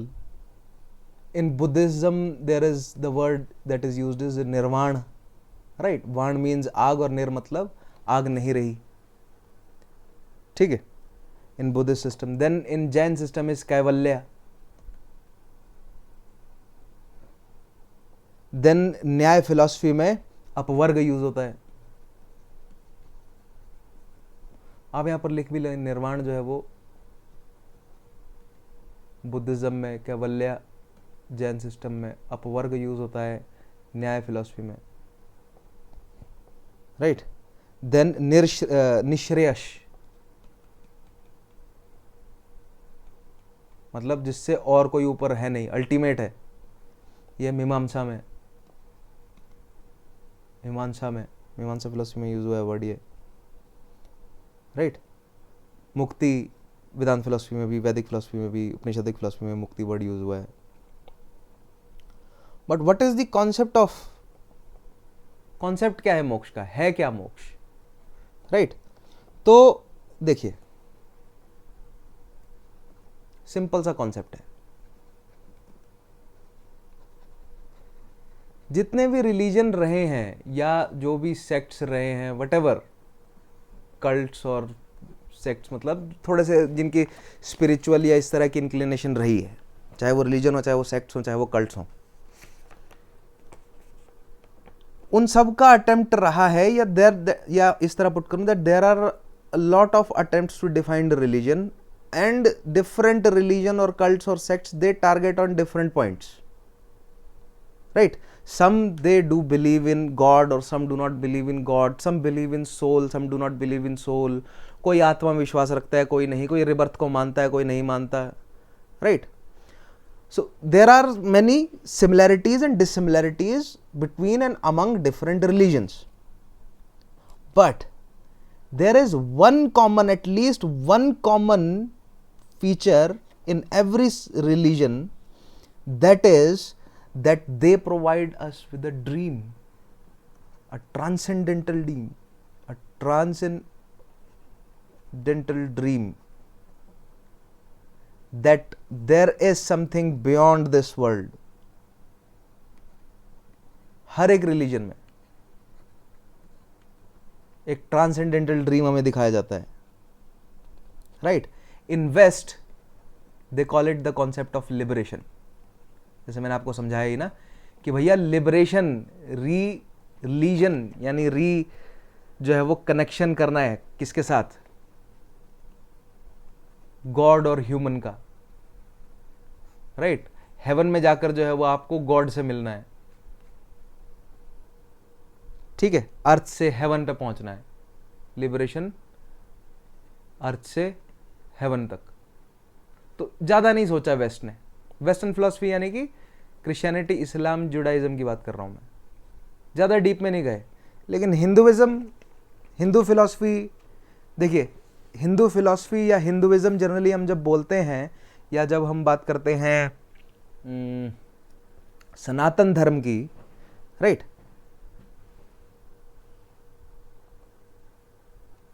जब हम बात करते हैं Indian philosophy, तब तो हम basically वो 9 के 9 स्कूल्स की बात कर रहे होते हैं, ठीक है, जिनमें से 3 ऑर्थोडॉक्स हैं और 3 हेटेरोडॉक्स हैं और 6 ऑर्थोडॉक्स हैं. लेकिन जब हम स्पेसिफिकली हिंदू फिलॉसफी की बात कर रहे होते हैं या सनातन धर्म की बात कर रहे होते हैं या षड दर्शन बोलते हैं हम, राइट, तो बेसिकली हम इन 6 स्कूल्स की बात कर रहे होते हैं. दैट इज सांख्य योग, न्याय विशेषक, वेदांत एंड मीमांसा, राइट. तो इंडियन फिलॉसफी में हम चड़वाक, बुद्धिज्म और जैनिज्म को भी जोड़कर बात करते हैं, ठीक है. तो इंडियन फिलॉसफी जो है वो थोड़ा एक कदम आगे निकल जाती है. यहां पर इंडियन फिलॉसफी बात करती है किसकी, डॉक्ट्रिन ऑफ कर्मा की.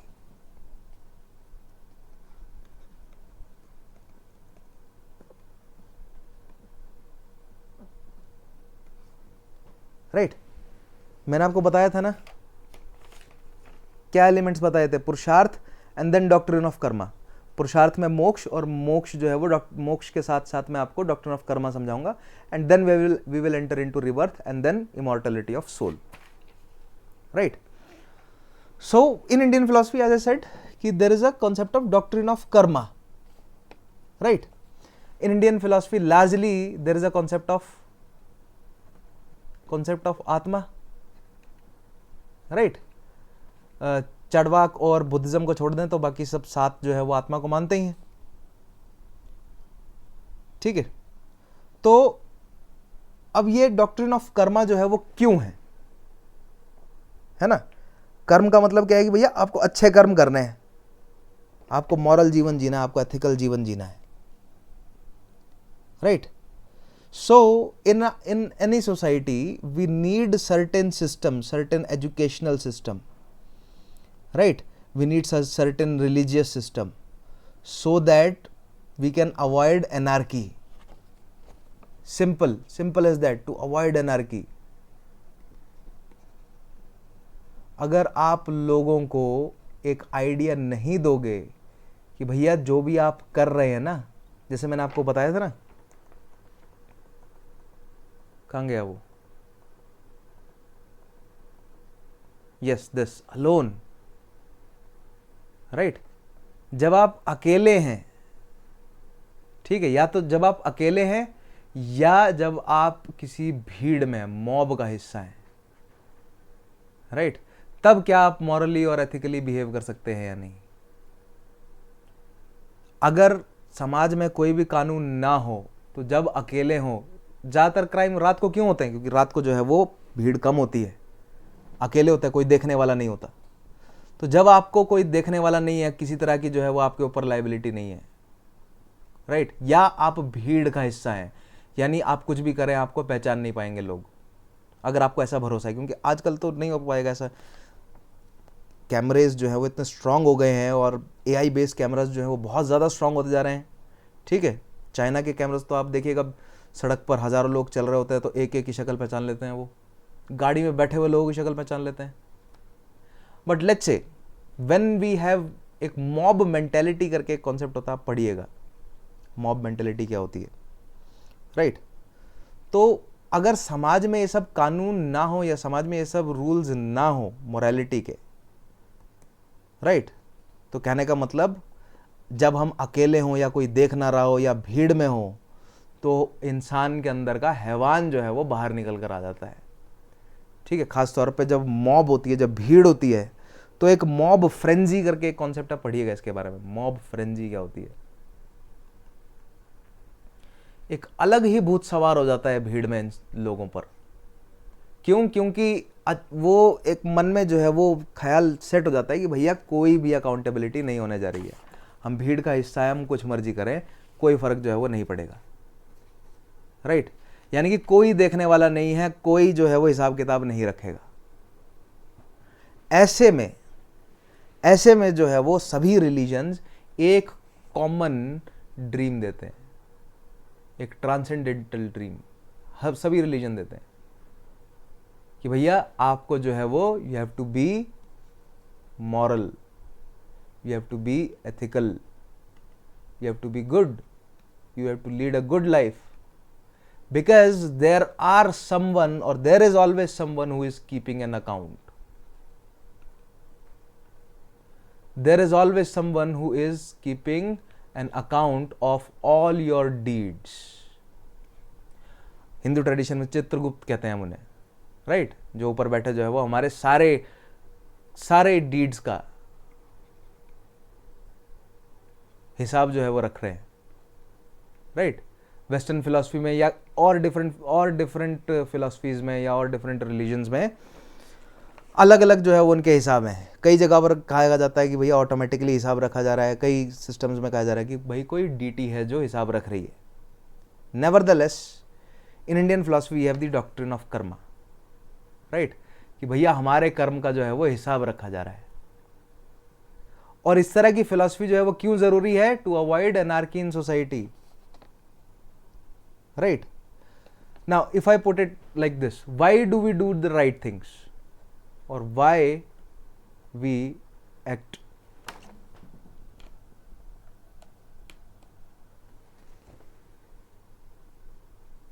with morality? हम मोरालिटी या एथिकली क्यों एक्ट करते हैं? why we act with morality या why we act morally और एथिकली? क्या कारण हो सकते हैं? पहला कारण तो ये है लॉ एंड ऑर्डर। अगर नहीं मानेंगे तो ढूंढ दिए जाएंगे, चाहे वो घर का लॉ एंड ऑर्डर हो या बाहर का लॉ एंड ऑर्डर हो। घर का लॉ एंड ऑर्डर जो है वो कौन होते हैं? हमारे पेरेंट्स, राइट। और बाहर लॉ एंड ऑर्डर जो है वो है ही, ठीक है, गवर्नमेंट लॉ एंड ऑर्डर। उसके अलावा दूसरा जो बड़ा फैक्टर होता है वो है सोशल क्रिटिसिज्म,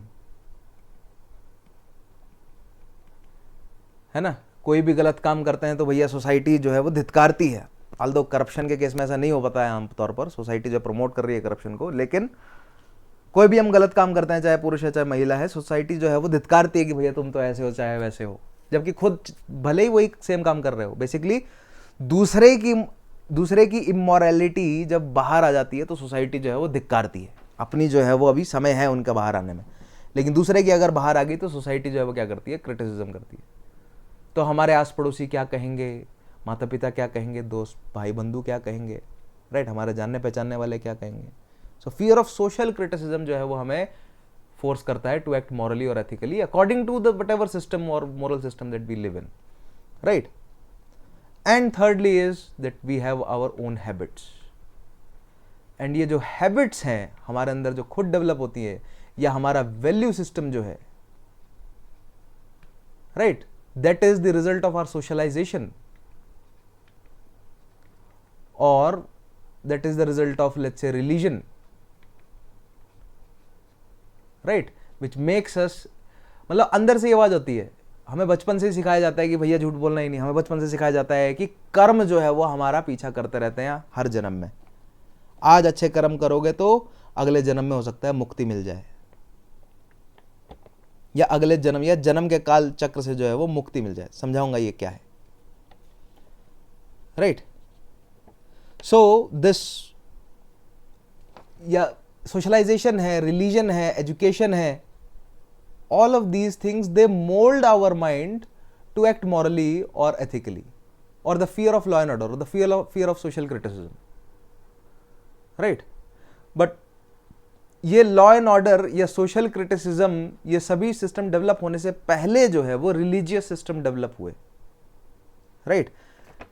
सोशल क्रिटिसिज्म भी रिलीजियस सिस्टम के पैरेलल में भी डेवलप हुआ है, लेकिन ज्यादा ब्रॉड जो रीच है वो रिलीजियस सिस्टम की है, right? That is why in every religion there is a system, so that anarchy, लोग अपनी मनमर्जी ना करें। लोग अपनी मनमर्जी करते रहेंगे तो ठप पड़ जाएगी सोसाइटी, तो सोसाइटी में एनार्की ना फैले। So in every religion there is एक कॉमन जो है फीचर देखने को मिलता है, that is a transcendental dream. That is कि भैया अगर आप मॉरलिटी से, एथिक्स से आप पूरा जीवन जो है वो आप जिएंगे तो जो है वो आप इस वर्ल्ड से उस वर्ल्ड में पहुंच जाएंगे। और वो फिर हर एक डिफरेंट रिलीजन का अपना अपना अलग उसकी इंटरप्रिटेशन है ट्रांसेंडेंटल ड्रीम की, right? So in every system if we do good we will be rewarded, और अगर हम गलत करेंगे तो हमें पनिशमेंट मिलेगी, right? But that is not how the actual world works. हम जानते हैं अच्छे से कि जो असल दुनिया है उसमें जो बिल्कुल कपटी तरह के लोग हैं वही सबसे ज़्यादा पैसा कमा रहे हैं। उनका मेन एजेंडा क्या है कि भैया पावर में बने रहना है, जितना ज़्यादा समय हो सके पावर में बने रहे, छल कपट जो है वो कमाते रहे, और पावर के चलते जो है वो कंसिक्वेंसेस उन तक जो है वो पहुंचे ही ना कभी। वो कंसिक्वेंसेस कुछ भी हो, चाहे वो जेल है, चाहे वो फाइन है, वटएवर है, राइट? जितने भी बड़े बड़े पावरफुल लोग हैं दुनिया के, वो सभी इसी रेस में लगे हुए हैं। तभी तो ज़्यादातर लोग जो है वो आपको क्यों लगता है पावर हंग्री, और ज़्यादा पावर क्यों चाहते हैं? वो इसीलिए ताकि वो लॉ एंड ऑर्डर और सोशल क्रिटिसिज्म से जो है वो बच सकें, ठीक है? मीडिया को मैनिपुलेटेड रखेंगे, सोशल क्रिटिसिज्म नहीं रहेगा। पावर में रहेंगे तो लॉ एंड ऑर्डर उनका कुछ नहीं बिगाड़ पाएगा, right? That is why they cling to power. So that is the reality of the world, but we can not teach that reality to everyone. ये रियलिटी हम सबको पढ़ाने लग जाएंगे तो अनार्की फैल जाएगी। What we need to teach everyone is to be good, is to be ethical, is to be moral, right? So every religion of every society has created a belief system to avoid anarchy in society, right? So what they actually have is that in every system, every religious system, there is a system of accounts.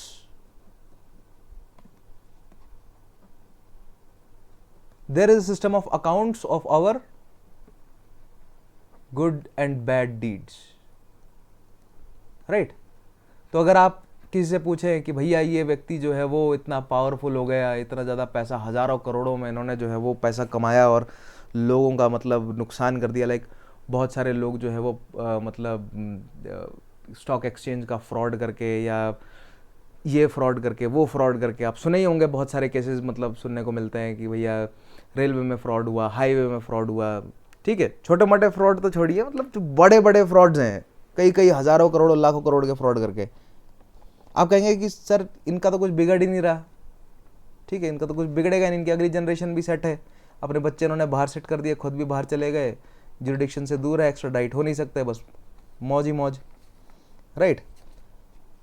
तो ऐसे में जवाब क्या देगा एक religious व्यक्ति जवाब देगा कि कोई बात नहीं, इन सब का जो है वो अकाउंट रखा जा रहा है, आज नहीं तो कल जो है वो इनको अपने कर्म का हिसाब जो है वो देना ही पड़ेगा, ठीक है? इन इंडियन फिलॉसफी कर्मा जो है वो यहाँ पर काम करेगा। आज अगर इन्होंने बुरे कर्म करे हैं तो अगले जन्म में जो है वो इनको अपने बुरे कर्मों का फल जो है वो चुकाना पड़ेगा ही,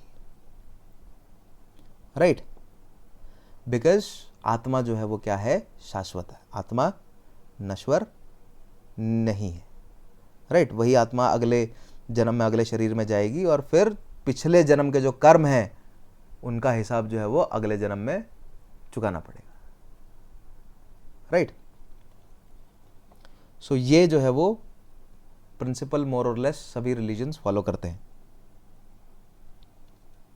राइट?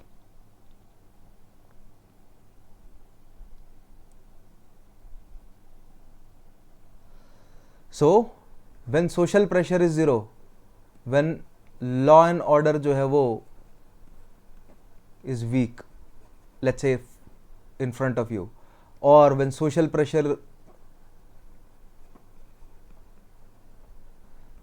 नहीं है, लेट्स से, ठीक है, आप अकेले में हैं, रात में हैं, राइट, आप या तो अलोन हैं, आप क्राइम कर रहे हैं, या आप मॉब का हिस्सा हैं, भीड़ का हिस्सा हैं, सोशल प्रेशर जीरो है, सभी वैसा ही कर रहे हैं, या आप इतने स्ट्रांग हैं कि लॉ एंड ऑर्डर आपके सामने वीक है, still someone is watching, right. This is more और लेस, ये प्रिंसिपल जो है वो सभी रिलीजन्स फॉलो करते हैं टू इंश्योर मोरालिटी,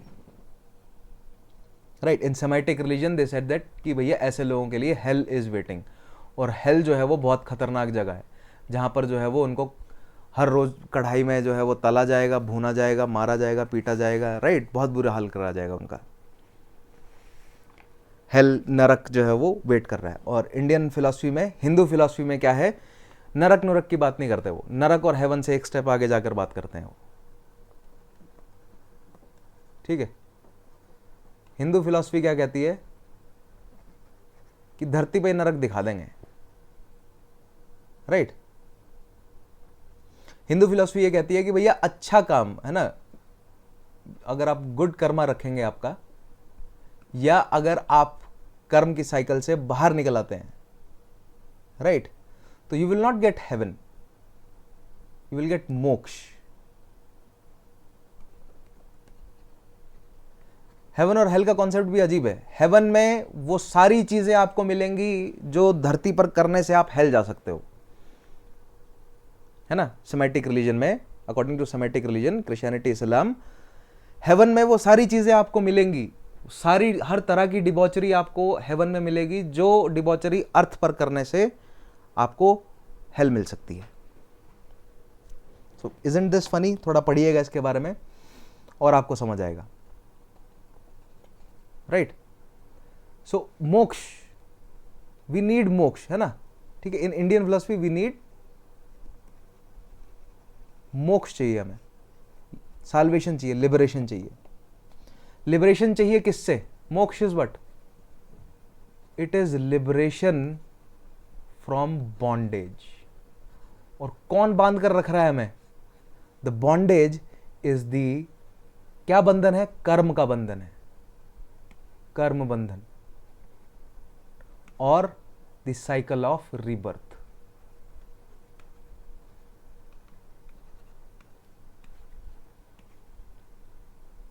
ठीक है, यानी कि what ever, let's say your current life, your past life, your current life and your next life, the type of life you have, right, यानी कि लेट्स से किस योनि में आपका जन्म हुआ, राइट, इंडियन फिलॉसफी में इस तरह बोला जाता है, किस योनि में आपका जन्म हुआ, यानी कि what type of animal, है ना, type of life, whether you are a animal और अ प्लांट और अ ह्यूमन बीइंग, वटएवर, किस तरह का जन्म आपको मिला।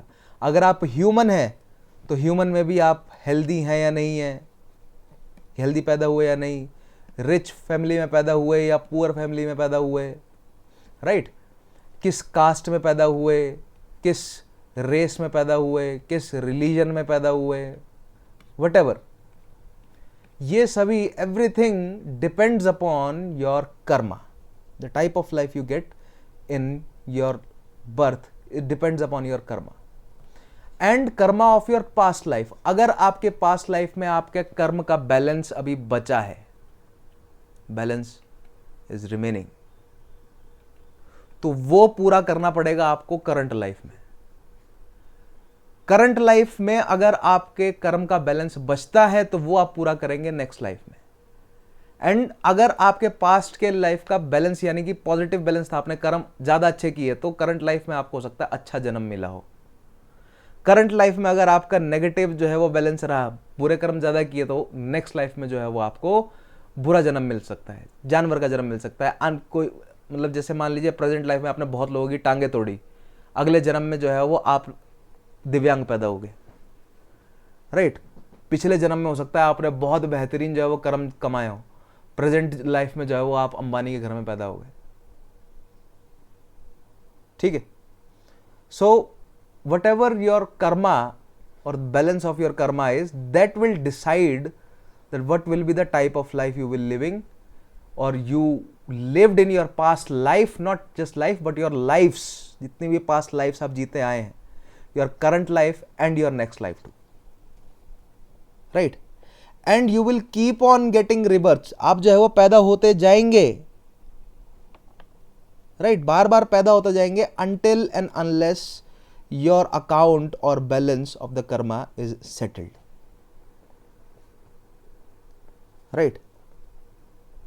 सो you will be trapped. So that is what we need. We do not need heaven in Indian philosophy. We do not need heaven. We need mukti. We are trapped in the cycle of rebirth. And what we need mukti from the cycle of rebirth. Right, like मान लीजिए कि कोई बच्चा जो है वो पैदा हुआ और 3 महीने का जो है वो उसकी मौत हो गई, राइट। तो वो 3 महीने में उसका कर्म का साइकिल बैलेंस हो गया और मतलब उसके कर्म का अकाउंट जो है वो बैलेंस हो गया, मतलब कंप्लीट हो गया, वो क्लियर हो गया और उसकी मृत्यु हो गई, उसको मुक्ति मिल गई जीवन से। तो इस तरह मतलब इन्फेंट मोर्टेलिटी को एक्सप्लेन करने की जो है वो कोशिश की जाती थी पहले, right. So we need mukti from the cycle of rebirth, right. We need mukti from the cycle of rebirth, यानी कि we need mukti from getting rebirth on this earth, right.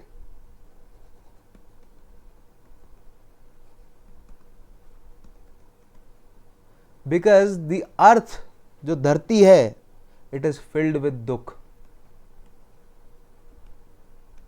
खुशी से नहीं भरी हुई, दुखों से भरी है धरती, राइट। और हमें इन दुखों के पूरे चक्र से बाहर निकलना है। सो कैसे निकल सकते हैं हम? जब हमारे कर्म का अकाउंट जो है वो क्या हो जाएगा? क्लोज हो जाएगा। जो भी पीछे का बचा हुआ बैलेंस है वो, यानी कि जो भी पॉजिटिव है वो नेगेटिव, मतलब जो भी नेगेटिव है अगर आप उसको पॉजिटिव कर देंगे, जैसे ही बैलेंस हो जाएगा कर्म का अकाउंट, आप जो है वो आपका अकाउंट हो जाएगा क्लोज और आपको आज़ादी मिल जाएगी साइकिल ऑफ रिबर्थ से। आपको का मतलब कौन? किसको? आपकी सोल को, आपकी आत्मा को क्या मिल जाएगा? मोक्ष। बिकॉज शरीर नश्वर है और आत्मा क्या है? शाश्वत। एक शरीर से दूसरे शरीर में जो है वो आपकी आत्मा जंप कर रही है, ठीक है। And 8 out of 9 school of thought says this, है ना। ये जो है वो कौन बोलता है? चड़वाक को छोड़कर बाकी सारे बोल रहे हैं। दैट वी नीड टू, मतलब हमें क्या चाहिए? वर्ल्ड इज फिल्ड विद दुख, ये वाली बात 8 out of 9 स्कूल्स बोल रहे हैं that world is filled with दुख। और ये आत्मा, मतलब मोक्ष की बात जो है वो 8 out of 9 कर रहे हैं, ठीक है। मोक्ष, लिबरेशन, ये सब बातें चड़वाक को छोड़कर। सोल वाली बात जो है वो 7 out of 9 कर रहे हैं। चड़वाक और बुद्धिज्म दोनों सोल की बात नहीं कर रहा, राइट। दुख की बात जो है वो 8 out of 9 कर रहे हैं, चड़वाक नहीं कर रहा। चड़वाक अलग चल रहा है अपना। चड़वाक जो है वो कह रहा है कोई दुख नहीं है, सुख ही सुख है धरती पर, ढूंढ लो, जैसे मर्जी मिले ढूंढ लो तुम, right. So that is the concept of moksha in Indian philosophy. Now what happens at moksha? होता क्या है मोक्ष पे?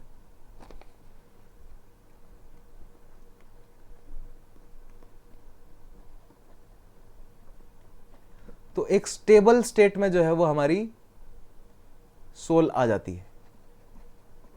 Different what happens at moksha? दो जो है वो आप कह सकते हैं कि बेसिक एक्सप्लेनेशन है इसकी। there is a positive explanation and then there is a negative explanation. In what sense? Positive explanation, that means what the state of moksha has, what it has, और दूसरा what it does not. Negative का मतलब ये नहीं है कि negative गलत हो रहा है, नहीं, नेगेटिव का मतलब what it does not. Right? यहां पर भले या बुरे की बात नहीं हो रही है, यहां पर क्या है और क्या नहीं है की बात हो रही है.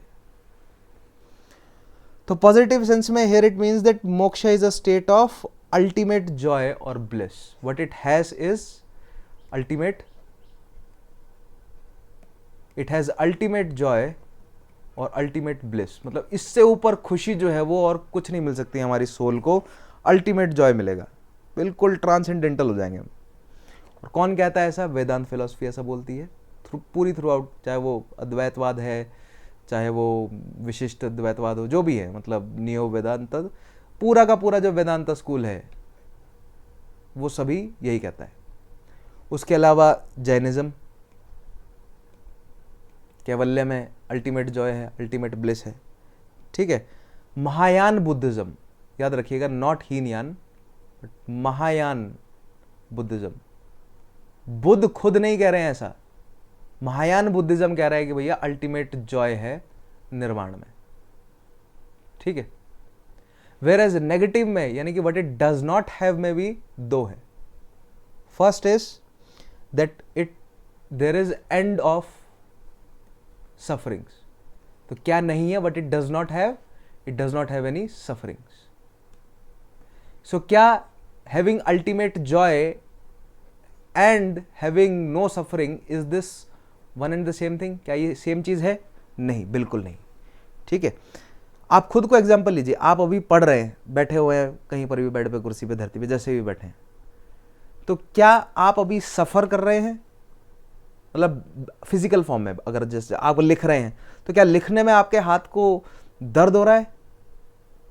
राइट? या आपके हाथ को बहुत ज्यादा खुशी हो रही है? तो आप कहेंगे सर ना ही दर्द हो रहा है ना ही बहुत ज्यादा खुशी हो रही है, हाथ को न्यूट्रल है. Right? So end of suffering is being, end of suffering and sorrows does not mean that you have ultimate joy or bliss. It means that you have nothing. Why do we need anything? Right? That is what Heenyan says. Heenyan Buddhism या simply Buddh says. Right? और सांख्य philosophy भी यही बोलता है, और योग philosophy भी यही बोलता है. Why do we need anything? We just don't need sufferings and sorrows. Other than that, there is no need of bliss and joy. Right? But we don't need suffering and sorrows. So when there is no suffering and sorrows, then there is, and it is stability. There is a stability of joy, or there is a stability of no suffering or sorrow. Right? And negative में दूसरा is that there is complete end of our consciousness. कि कोई consciousness रहती ही नहीं, यानी कि पता ही नहीं है कि जॉय है या सफरिंग नहीं है, कुछ नहीं पता होता. कॉन्शियसनेस खत्म हो गई बिल्कुल ही. राइट? तो कोई मतलब ही नहीं रहा, शून्य हो गए हम. सो दैट इज व्हाट, कौन बोलता है ऐसा? न्याय, वैशेषिका एंड मीमांसा.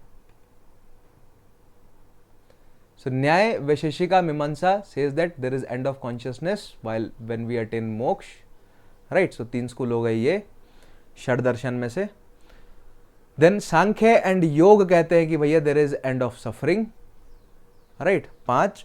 एंड वेदांत जो है वो बोलता है that there is joy and bliss. Whereas Jainism कहता है भैया joy bliss है.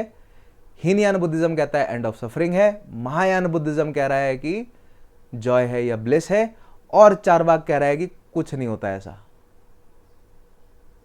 चारवाक कह रहा है that there is no such thing as moksha.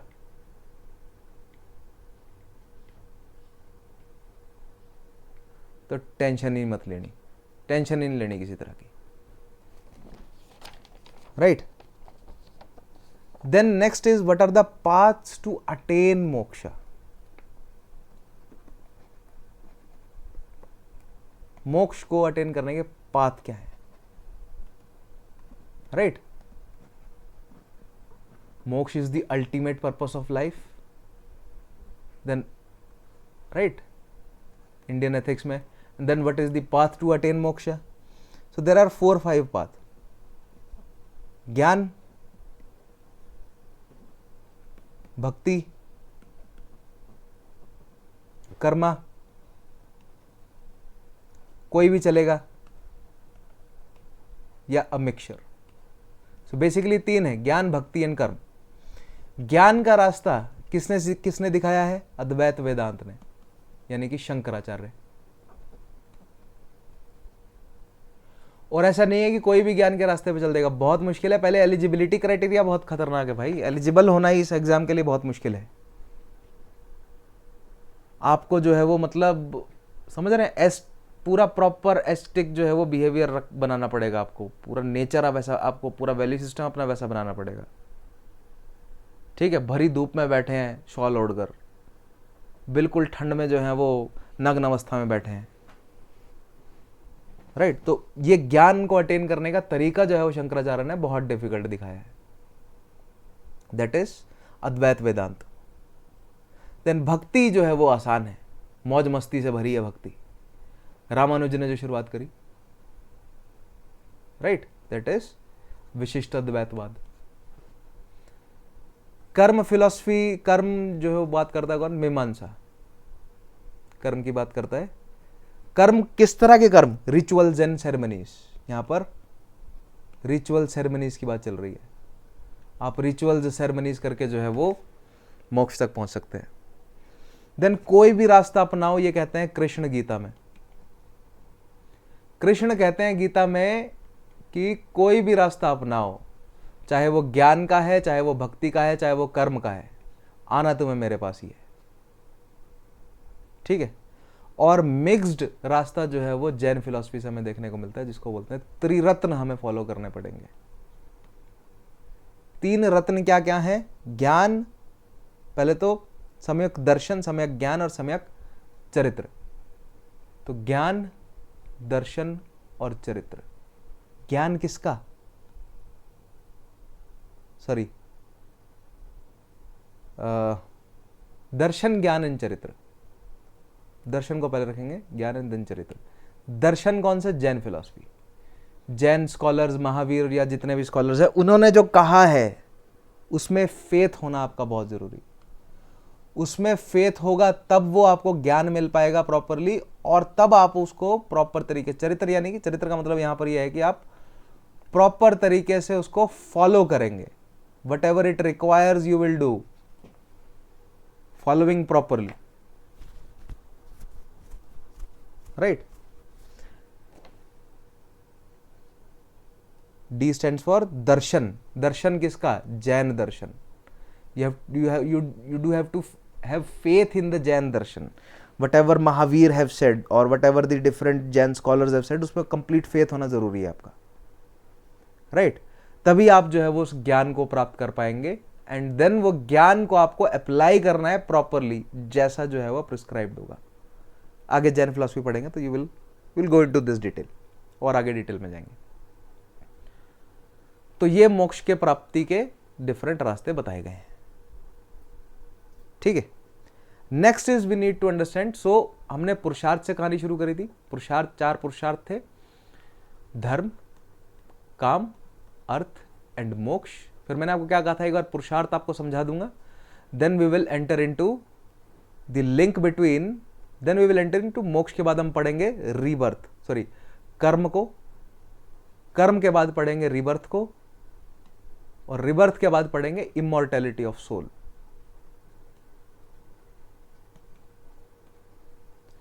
So next is we need to understand the link between मोक्ष, कर्म एंड rebirth. ठीक है. नेक्स्ट हमें लिंक बिटवीन मोक्ष, कर्म एंड रीबर्थ। ठीक है, ऑल्दो मैंने आपको थोड़ा बहुत एक्सप्लेन किया, बट इसको हम थोड़ा और डिटेल में पढ़ेंगे इन दी नेक्स्ट सेशन। ठीक है, आज के लिए केवल इतना ही। देन फिर उसके बाद क्या क्या बचता है? फिर उसके बाद बचता है वर्णाश्रम धर्म, राइट, और संस्कार एंड ऋण। ठीक है, फिर ये 3 बच जाएंगे। जब पुरुषार्थ, कर्म, rebirth, immortality of soul complete हो जाएगा, देन 3 प्रिंसिपल्स बचेंगे, that is varnashrama dharma, samskara and rina, right. That will complete our fundamental principles of Indian philosophy. All right, so that is all for today. Thank you for watching. मिलेंगे next class में, where we will continue with the same topic and we'll discuss the link between moksha, karma and rebirth. Then we will enter into immortality of soul. फिर हम पढ़ेंगे वर्णाश्रम dharma, samskara and ऋण। Alright, so that is all for today. Thank you for watching. मिलते हैं next class में। Revise जरूर करते रहे, तब तक के लिए अपना ध्यान रखिए। Take care, have a nice day.